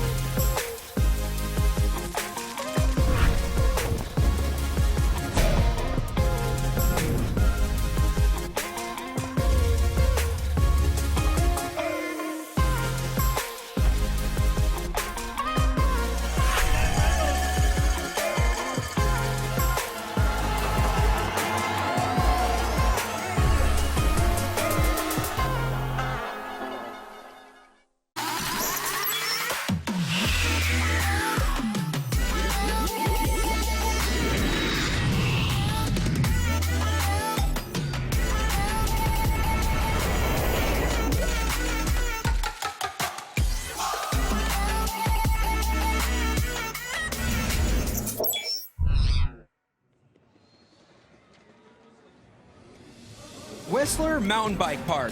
Love the feeling of being truly awake. With the slopestyle heavy contenders here today, we are seeing tricks that are absolutely blowing my mind. You never see them on any of the other courses except for here in Innsbruck. The boys were talking about the weather a little bit earlier, was a little bit windy, but as far as I can tell, it's not affecting them at all. Front flips, cash rolls, just insanity, really. The only thing that has been getting these riders is that on-off. Someone went offline on the triple, tried to triple the on-off, and Daryl Brown, as you saw just before the break, went a little bit too deep and couldn't do the shark fin. As far as a winner goes, I have no idea. They're Tom Van Steenbergen. I mean, maybe he's my favorite, but I can't pick favorites. You got it, Michaela. It's insane how well this competition has been shaping up. We've got Final Four riders right now, and it's anybody's game. this next heat right now. Two Toms, one from France, one from Canada. Thomas Lemoyne on the left side of your screen going up against Tom Van Steenbergen, the guy who's been throwing one of those tricks that Michaela was mentioning, the cash roll. He's gonna have to dump it out right now. Yeah, no holding back anymore in the semifinals. Your number 1 seed on the right, out the gate. Now when we pick them up, Thomas Lemoyne on the screen left. Oh, there's that cash roll, and he lands it. Barely holding on. Great score, but Thomas Lemoyne is ahead here on the speed, and he had a good trick, but it's not going to be enough on the tricks though. He is maintaining his speed though. He knows he just got to keep ahead. The speed of Thomas Lemoyne. No bar spin flip to front tee. No hander as far as I could see. The right is very tricky to see here. No, it was a front flip tuck no hander for Tom Van Steenbergen. First Tom through the finish line, Thomas Lemoyne by .93. How fast is Lemoyne right now? He's been gapping all of his competitors. That is a good margin to have on speed, and we know he's got very good tricks. Not as big as a cash roll, but big nonetheless. And he is just so fast and committed. You can see how low he's staying through those berms. Tires right to the top of trannies, sticking to the ground in the corners. Lemoyne is looking unshakable. But what are these scores going to say? Tom Van Steenbergen with that cash roll. He's been on a razor's edge with that trick right now, scoring a perfect 100. But Lemoyne scoring a 90 with the 360 combo down to the last jump. A backflip double bar spin for Lemoyne. A front flip tuck no hander going long for Tom Van Steenbergen. Now Tom Van Steenbergen winning both of these jumps, 100 on the first jump, and then 5 points higher than Lemoyne on the second jump. It's up to the judges, but what's great about Thomas Lemoyne, he's so fast, and he's also got big tricks. You can see by the deficit, 0.75. So those 15 points in tricks that he's giving away is not a lot compared to 0.93 that he had in speed. It just goes to show how incredibly fast Lemoyne is riding right now. Fast enough to turn his name yellow in yet another bracket. They're gonna get back up to the top, switch courses, and do it all over again. We'll see if Tom can make up that disadvantage, but right now it's all about Sam Reynolds on the left side of your screen against Greg Watts on the right, the guy who just had that huge combo. What's he got for us now? Sam Reynolds, quick out the gate here. A little bit ahead in the first jump. 360 bar. Oh, Greg Watts gets it again. Trick? Again, he got it. That's amazing. It just shows what you've got to do. You've got to be an all-round rider. You've got to be very fast, and you've got to throw big tricks. You can't be too conservative on the trick side either. Flip tuck to flip bar. Double bar for Greg Watts. Or he might be throwing a double bar this late in the round. So when we get into our slow-mo replays of the tricks, that's going to be where we get to savor the technicality of Greg Watts. But for now, we'll leave that up to the judges as we savor how fast these guys are going when the pressure really starts to crank up, when there's only 4 riders left in the competition. I was noticing Sam Reynolds was on the edge there, losing some traction in one of those berms. Yeah, the berms are getting drier and drier. Hard pack surface, but the more it dries out, the more loose it is. So here we go. Look at Greg Watts on the right. Backflip, bar spin to suicide no-hander, insane combo. The judges gave him a 70 the first run, but they changed it to a 95 for the first run. They amended. That's how he beat Victor Duhan. They changed it to a 95 now. Greg does that backflip double bar spin on the last jump, gets another 95. Just a 69 for Sam Reynolds. Great tricks here as well. So Greg was still pretty close, about a second behind. Greg Watts will be the leader. Much. So those huge trick combos paying off, putting a BAC .08 ahead of Sam Reynolds. And remember, one lane is a little bit faster than the other one, so that could play into Sam's advantage. Look at Greg's smile right now. He's thinking, I just figured out a trick that scores 95. It's on. Man, this is exciting, and what's so great to see that you've got to be such an aggressive all-round rider here. Speed. But you've got to throw the big tricks. You can't be conservative on your tricks. So the Mons Royale dual speed and style, we've whittled it down to 4. And what a 4 it is. Lemoyne and Van Steenbergen, Reynolds and Watts. Lemoyne and Watts with the advantages. Your 1-2 seeds doing what they need to do to meet in the finals. Are we going to see that play out like we did last night in pump track? Thomas Lemoyne with a 0.75 advantage. That is a nice cushion to have on your drive back up to the top. Greg Watts, on the other hand, does not have a lot to play with. 0.08 over Sam Reynolds.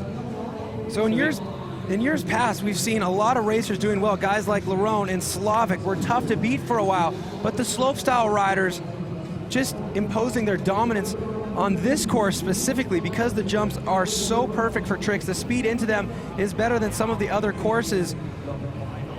And I think as well, these slopestylers are going home, they're doing their homework, they're working on their bike skills, their speed, and they're getting more experience on slalom tracks. And with experience comes speed. So it pays off to have a slopestyle background. And how do you get a slopestyle background? Well, you go all over the world competing in competitions, and if you're lucky enough, you make it all the way to Red Bull Joyride in Whistler, British Columbia, where the sport started and still lives. And if you love this form of competition, you gotta show up in 2018. It's only a couple months away. We're offering up VIP experience. Early bird tickets are available, so make sure you go online, get your tickets. If you want to stand in the best spot to watch the best competition, this is how you do it. Go to crankworx.com/Whistler/MVP. And Whistler is what made Crankworx famous. The name was formed in Whistler. I've had so many fond memories of being that magical, magical place. And round 4, the final stop of the Crankworx World Tour, fittingly is in Whistler. I love it. It's one of my favorite places in the world. I go every year. I wouldn't miss it, so you shouldn't either. Well, there's a look at Tom van Steenbergen, the guy who's been flawless with those cash rolls all day. I'd say flawless, but it always looked like he was barely landing it, but he hasn't crashed one yet, so we're hoping to see that consistency continue. He's going to need everything he can muster to beat Thomas Lemoyne, who's holding an advantage right now. A big advantage as well, 0.75. And Thomas Lemoyne is throwing great, consistent, but high-scoring tricks. That's it. They're scoring a lot of these tricks pretty similarly. So if you're going to do a 360 with a handful of R spins, you can get pretty close to the scores somebody's getting for a front court 720. Well, exactly. As much as Tom might score 100, if Lemoyne's getting up into an 85 or 90, there's not a lot in it that he's going to get time back compared to when you're racing so fast. Familiar face there, Adrian, all the way from Rotorua, helping us out at the start tower here in Innsbruck. It's great to have him back. Now, 0.75 is what Tom van Steenbergen needs to make up if he wants to move into the final round. The loser will be going into the bronze medal round, so it's not all over yet. I would say, what more does he have in the bag? But if you're already scoring 100, it doesn't matter what more you bring, they're not going to give you higher than 100. So what has he got to do? He's got to go faster. It's going to come down to the race here, but he still needs to stomp those 100-worthy tricks. So on your left, Tom van Steenbergen. On your right, Thomas Lemoyne. Tom with a great start on the speed. Oh, cash so roll close landed. to each other. But Thomas Lemoyne also landing his trick with consistency. What do we have on the speed? Oh, it's they're looking tight. a lot more even now. This is tight. great and exciting to lot jump. Oh no! Oh no! Whoa, thank goodness Tom van Steenbergen applying his air awareness to that bailout of a double backflip. We talked about the fact that he had that in his bag of tricks, but I gotta be honest, I wasn't expecting it. No, none of us were. My word, I don't think he was expecting it because obviously it came about quicker than he could handle. That ramp was just on him. He didn't quite get the pop, but thank goodness. Like you said, his spatial awareness was there, and he bailed after one rotation. That's a very Not dangerous getting hurt. predicament to be in, but this guy is so coordinated, spends so much time practicing. He knew exactly where he was. He got out safely, but that just goes to show how badly Tom van Steenbergen wanted to advance out of this round. So take a look back at that double backflip crash. You see, as soon as he comes off the lip, you know he's going for 2, but he could tell that he was too close to the ground to be able to finish off what he had planned. He let go of the bike, managed to make sure he quit his rotation before it was too late. You don't want to land on your head, so landing on the side and your feet, that's Absolutely best case not. scenario. He's obviously not practiced that trick on this specific jump, and he's coming into it a lot faster, and that just ended up pushing through the jump and not getting the pop that he needed for double flip. Well, I guess this is what dual speed and style has come to. You make it into the round of 4, you're going to have to do stuff like this. Look how close they were there. The cash roll for Tom Van Steenberg and the 360 double bar spin for Lemoyne. Lemoyne scoring a 90. Of course, Tom getting 100 for his efforts, but a minus 50. We haven't even seen anybody crash yet, and that's what happens when you don't land your trick. You get minus points, which adds time back to your run score. I can't believe they're giving him minus. He did one backflip. And then they should give him a few more points for I think it's the whole sliding out and not killing himself. Two-footed lander aspect of it. But Thomas Lemoyne, the strategy is just unbelievable, and I don't know if it's beatable. A 90 on the first jump with his speed, and then he kind of plays it safe on the last jump, scoring around 80. Well, the thing is, even a guy like Lemoyne, who's known for his consistency, can still have a mistake. Lemoyne taking the cake there. But right now, we're going to find out who's going to join him in the final. This is basically a dead heat. Sam Reynolds only behind by 0.08. This is a huge moment for Greg Watts. He's been on huge podiums. He's won the slopestyle in Whistler in 2009, but it's been a while since he's been on a dual speed and style podium. He would love nothing more than to knock Sam Reynolds out of this competition right now. Okay, he's missed his trick though on that first jump. He didn't get his hands off as far as I could see it. Sam got his trick. Now this is where Sam needs to excel if he has any chance, because Greg Watts has big tricks on the last jump as well. Well, Greg Watts has to bank on his tricks. Even and even, yeah, Sam ahead. Flip tuck to flip double bar. Whoa, no, that was more than that. Is that more? Was he going for triple? Oh, you know, it could have been anything, like a triple or a bar, bar back. He's got all the flip bar combos you could ever ask for. Luckily, we have all the cameras we need to be able to slow that down. Let's listen in. And luckily, slow-mo. Oh, really? Good. Holy shit. Well, there we go. If you're good at mouth reading or sign language, you can tell he's saying he's going for a triple bar spin here. One, and then back the other way, and then back the other way. So that's even harder than a backflip triple bar spin. He was doing bar spins different directions. Regular to opposite to regular, which is going to score so high, which may make it okay for him to be a little bit behind and not get his perfect combo on the first jump. But the judges, I do not envy them at this moment. No. Yeah, that's it. I'm not beating you if you did that, man. You're 0.3. Oh, you got that. Will Greg Watts return to the podium? Will he make it into the final, or will it be Sam Reynolds? He can guarantee himself a medal here if he advances to the big final. Unbelievable bar spin to bar spin, back to bar spin. A perfect 100 for Greg Watts, the backflip bar spin. That is what he needed. To bar spin. Sam Reynolds only scoring a 70. And they are pretty close in speed. I want to go out on a limb and say that might be enough to guarantee himself a medal and go into the final. Well, you just heard Greg Watts say it could go either way. Well, it hasn't gone either way. It's gone tied. Oh my goodness. Oh, the tiebreaker, it's the guy who wins the first run, which who was takes Greg the cake Watts. and advances. Greg Watts was that guy with that backflip bar spin to suicide. Oh, no-hander. that's unheard of. I don't like that rule at all, but I'm not a rule maker. Switch to page 7.4.3. And let's scribble another rule. Oh my goodness. Guys, let's not take anything away from both these riders. Sam Reynolds had some ground to make up. He won it on speed, but Greg Watts throwing amazing tricks. And after the judges tallied it up, they're calling it a tie. Well, even Greg, who won the tiebreaker, would rather just resort to a game of rock, paper, scissors. But the rules were written for a reason. I know rules are made to be broken. Well, but we don't know yet. Let's see what they come up with. Maybe we can have a sudden death run.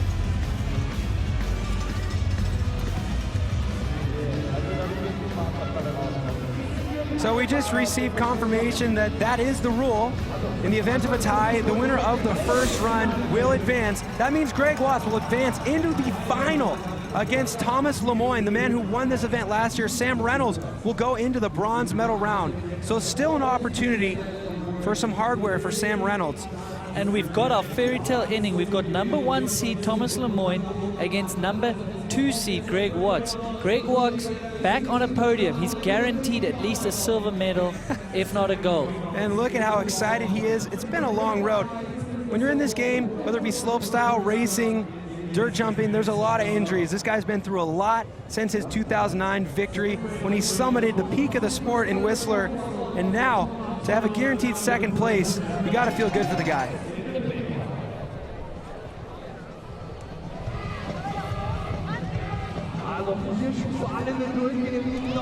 So we're going to send the riders up back to the top and let them get a quick drink of water, reset, stamina. Your fitness is going to start playing a role here. Even though it's dual speed and style, they're doing a lot of runs. They got to be mentally fit to nail those tricks consistently. So the medal rounds coming up for the Mons Royale dual speed and style. We will be giving away a bronze medal along with a silver and a gold. We don't know who those medals are going to be going to. That's why we want you to stick around. We want you to continue to stick around all weekend, because tomorrow it's all about slope style. Bigger jumps, bigger tricks, but it's not over yet. Sunday, your favorite event, the downhill. Yeah, there's a great track here in Innsbruck. Very raw, rough and raw. Danny Hart took the win last year. He's here in the field again this year. But that's Sunday. Tomorrow, yes, slopestyle. But right now, the action we've already witnessed, I don't even know if I'm going to handle staying on this chair watching what's going to come down in these final. Well, I can't wait to see downhill on Sunday. And if you're not sure if you're ready to tune in, take a look at this, and I'm sure you're going to show up. Bust out the champagne. DH season is in full swing. Gorgeous technical machines to ogle, gutsy race strategies to ponder. But public enemy number one is still the clock. Danny Hart is back. Can the 2017 Crankworx Innsbruck winner make it 2 in a row here in Innsbruck? 2017 overall Crankworx champ Tracy Hanna is also here, and she's on the hunt. She won in Austria last year and is looking to do more of the same in 2018. Back-to-back weekends of live downhill action starts here on the rough and raw tracks at Gotzens. Round 2 of the Crankworx World Tour. The IXS Innsbruck Downhill, presented by Raiffeisen Club, is gonna be lit. Tune in on Crankworx.com. So if that wasn't enough to convince you, you got to tune in on Sunday for downhill, then you're a lost cause, because that's going to be a great race. Speaking of great races, we're boiling things down to only 2 more matchups here in the Mons Royale dual speed and style. Before this round, here's what the Crankworx dual speed and style World Tour standings looked like. Martin Soderstrom was sitting in the lead. He won the event in Rotorua. 150 points next to his name. There's going to be no points added to that because he was not able to compete here today because of a crash in the whip-off. So it really blows the doors wide open. Joe Simpson not making it into the big show today. Lerone getting knocked out early really opens up the door for guys like Lemoyne, Watts, Sam, and Tom van Steenbergen. So we're going to have a very different World Tour standings after this event. Yeah, literally the only man on that leaderboard still in the competition is Sam Reynolds, and he's going up for the bronze medal matchup.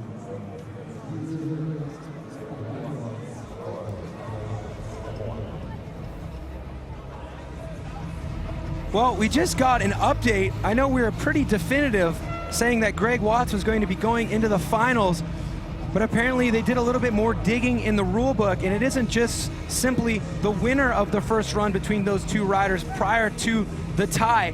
It was the fastest rider. So the one who just won the race before the trick scores were calced into it was Sam Reynolds.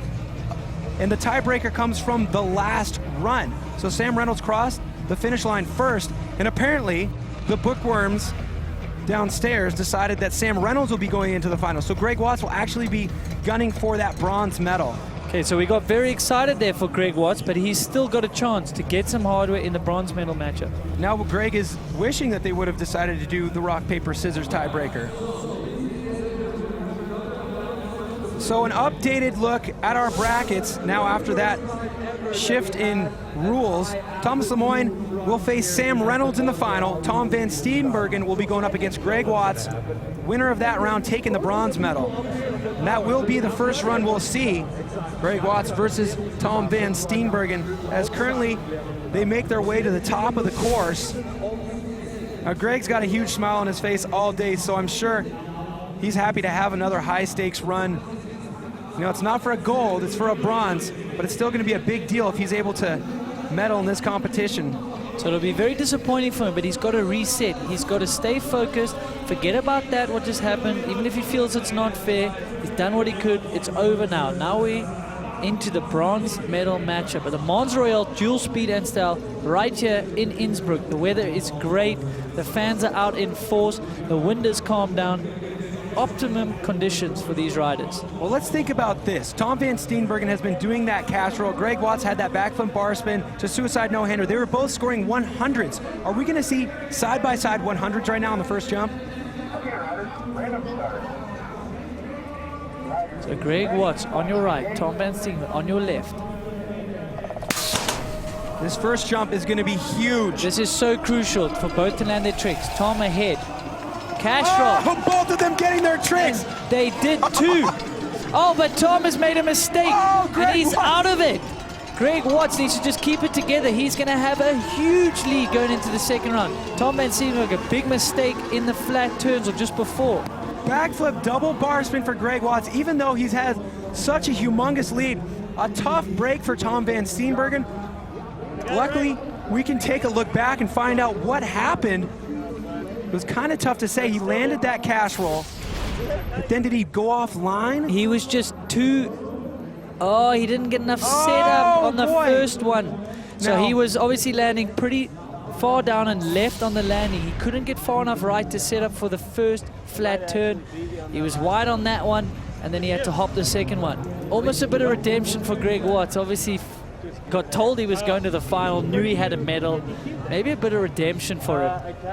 Well, you know what? If you're familiar with dual slalom format, you know that if you miss a gate, it equals a disqualification. And it really looked from that first replay we saw as though Tom van Steenbergen bunny hopped over the gate. He has to be on rider's left of that red pole in the ground. You can't fault the guy for not setting up properly after doing a cash roll on the jump before. Yeah, but he knew he wasn't going to get rounded, so he just next best thing. We may have to whip out that rule book again. I had to go a little deep, and it's still like shaking. Greg, living on pure adrenaline right now. So we'll update you when we get a word on what the judges are going to make of that missed gate from Tom van Steenbergen. But our first round of our finals, Thomas Lemoyne, number 1 seed, against Sam Reynolds, who after the judge's decision has made his way to the final. He's guaranteed a medal. What color will it be? Well, we talked to Thomas Lemoyne at the beginning of the show. He won this event last year. Sam Reynolds alongside him got third. He's got guaranteed at least a silver at this point. But can Thomas Lemoyne repeat back-to-back wins? Sam Reynolds will need to step up his trick game here. He's had the speed all week. So does Thomas, though. He's not going to be able to out him on speed. He'll need to back up some tricks. Thomas Lemoyne with the double bar spin. Sam, I don't know what I think he missed something there. He didn't get what he needed. Well, on the three. He definitely didn't get a 360 double bar spin like Lemoyne did. No, he didn't, and we know that's been scoring high in the 90s for Thomas Lemoyne. And he's ahead on speed. Flip double bar to flip tail whip. Yeah, Sam Reynolds with that backflip tail whip on the last jump, but Lemoyne crossing the finish line first with all the tricks he needs. This guy just looks unstoppable. He's just got great speed with big tricks. The strategy is just unattainable by these other riders. So the judges will crunch. Thomas Lemoyne, if I was him, I'd be pretty confident at the bottom there. Well, take a look at our jumps here.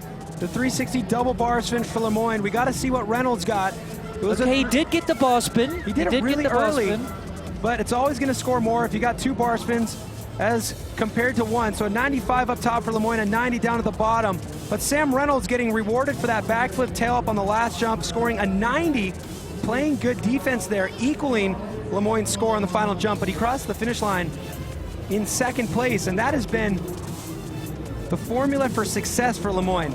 Keep with those tricks that have proven to score high and finish first. Wow, that is a big margin, 0.81, I apologize. Lemoyne poised for a gold medal here. Needs one more consistent and fast run. So there's your brackets, Cam. There we go. We've had the first run of 2 for our 2 medal rounds. The gold medal is going to either go to Thomas Lemoyne, who has the advantage, or Sam Reynolds is going to have some ground to make up. We'll also be giving away our bronze medal shortly. This is the moment we've all been waiting for as our final 4 make their way to the top of the course. This is the Mons Royale dual speed and style bronze medal round coming up after the break.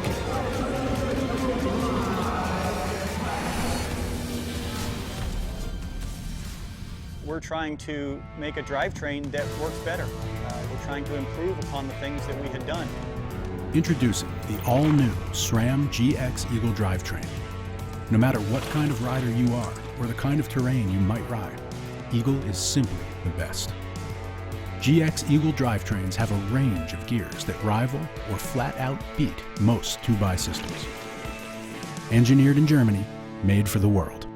This is GX Eagle.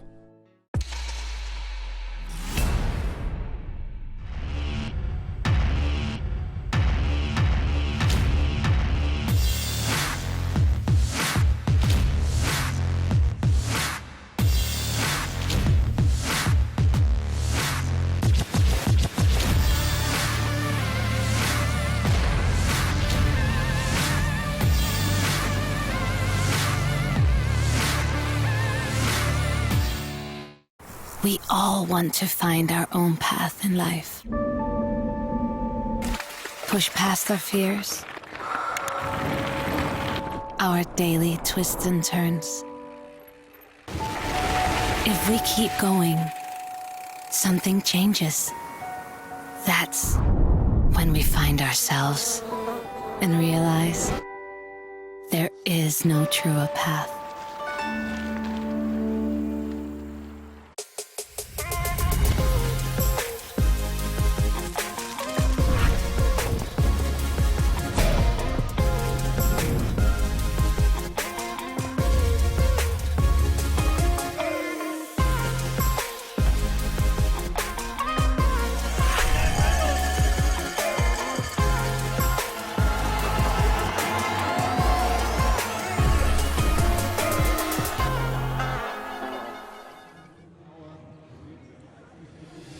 Crankworx Innsbruck, presented by Raiffeisen Club.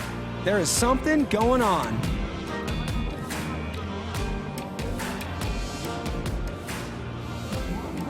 Well, it's that time, the moment we've all been waiting for, the moment where we hand out some medals.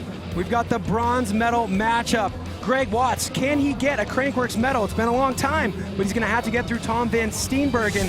We're gonna update you on that gate miss here shortly. But who's going to take the gold? Gold will be Sam Reynolds or Lemoyne against. All right, there's a look at Greg Watts right there discussing after they've reviewed the rule book. Remember what happened in round number 1? Tom van Steenbergen did that cash roll and then missed the gate, hopped over it. They're trying to figure out what that means right now. Typically in slalom, it means you're disqualified. So he's landed a little bit left there and he couldn't set up enough. And that's all she wrote. So he's very late on the first one and couldn't get around the second one, opted to hop, but he kind of knew the race was over after that. So we're waiting to hear exactly what Greg Watts needs to do to take really that bronze medal. Impressive that Tom van Steenbergen was able to make the gate, all those other cash rolls that he did. But the fact that he missed that gate means that he has the maximum differential applied to his time. So virtually all Greg Watts has to do to get back onto a Crankworx podium is roll down this course, not miss a gate, and cross that finish line. Doesn't have to cross first. He just has to cross that finish line without missing a gate. That he does. Bit of redemption after being told he was going through the final, but what a great story. Bouncing back from a lot of injuries. So look to Greg Watts to play it safe here. All he needs to do is get back. And I think you're going to see a bit of sportsmanship from Tom as well. He knows that as well. Oh, he's hopped the gate again, so he's making sure Greg Watts is guaranteed a medal. And that is an amazing sportsmanship. He could put some pressure on Greg. Imagine he crashes and throws it away. What will he do here? Well, Tom knows nice that flip. 9.39 is a disadvantage that's never going to be made up. But Greg Watts has reason to celebrate right now. He just won a bronze medal at a Crankworx dual speed and style event.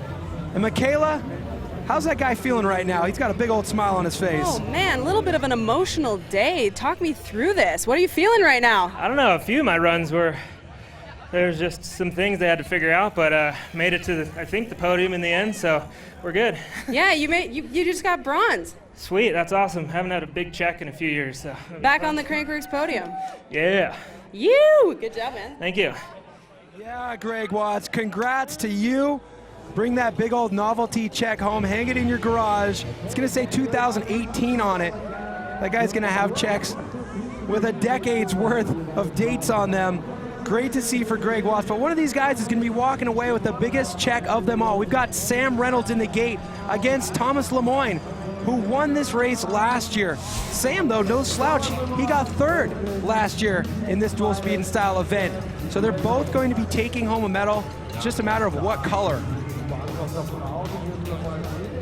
To refresh your memory, round one between these two gentlemen looked a little something like this. Great gate snaps out of both of them. Well, this was Tom and Greg. This is when Tom obviously missed the gate. So redemption for Greg Watts.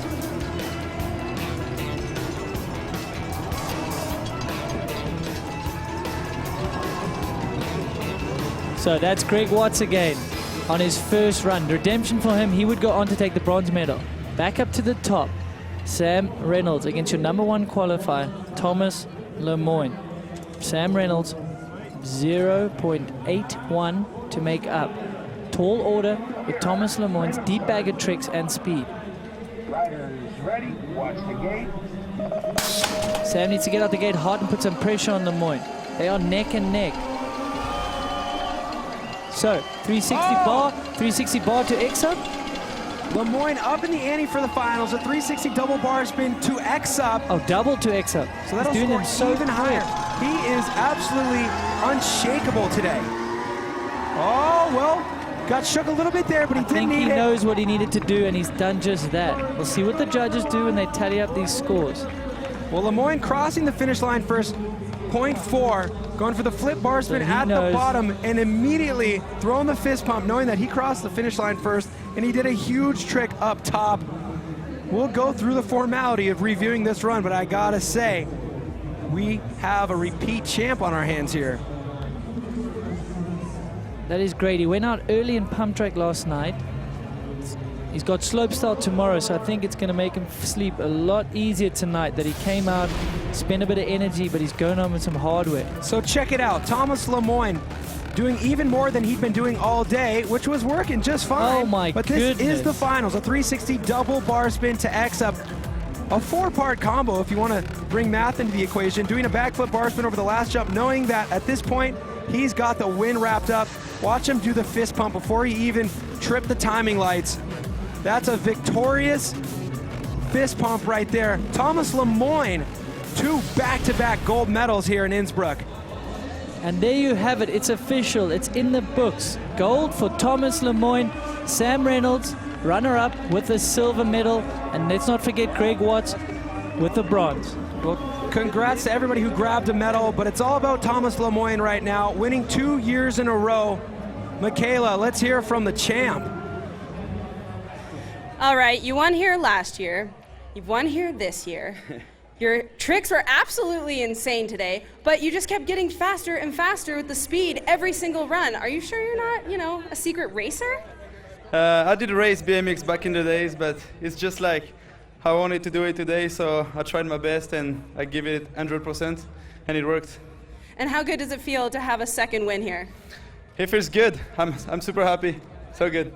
Well, congratulations, Mons Royale dual speed and style winner, Thomas Lemoyne. You!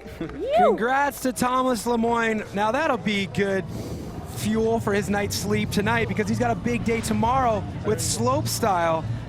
And nothing better than a little confidence rolling into the biggest event of your weekend. No, that might actually take some pressure off him for tomorrow. He's already got a result in the books here with dual speed and style, he's got the win. So tomorrow is kind of bonus for him. He's obviously going to want to do well.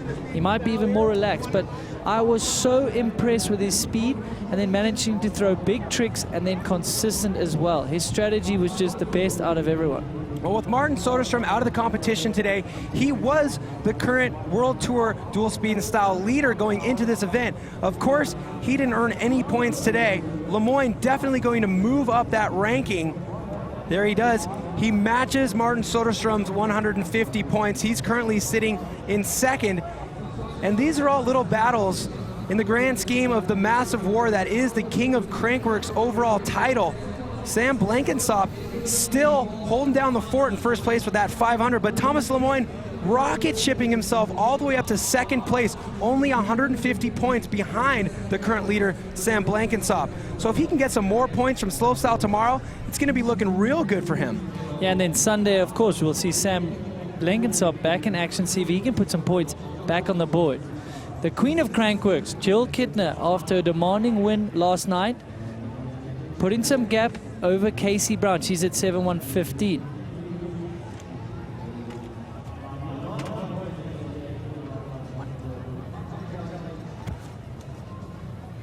Well, if you liked what you saw out here today in the Mons Royale dual speed and style, if you like the tricks, you have to show up here tomorrow, because that course you're looking at right now alongside the dual speed and style course, the one with the bigger jumps and the crazy looking features on it, that's the slope style course.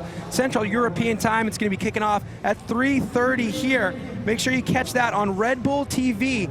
If you're on the west coast of the United States, that's 6:30 a.m. So grab some coffee and watch yourself some slope style. It's going to be the best riders in the world competing for gold, just like they did out here just now. That was a great dual speed and style final. Andrew, final thoughts.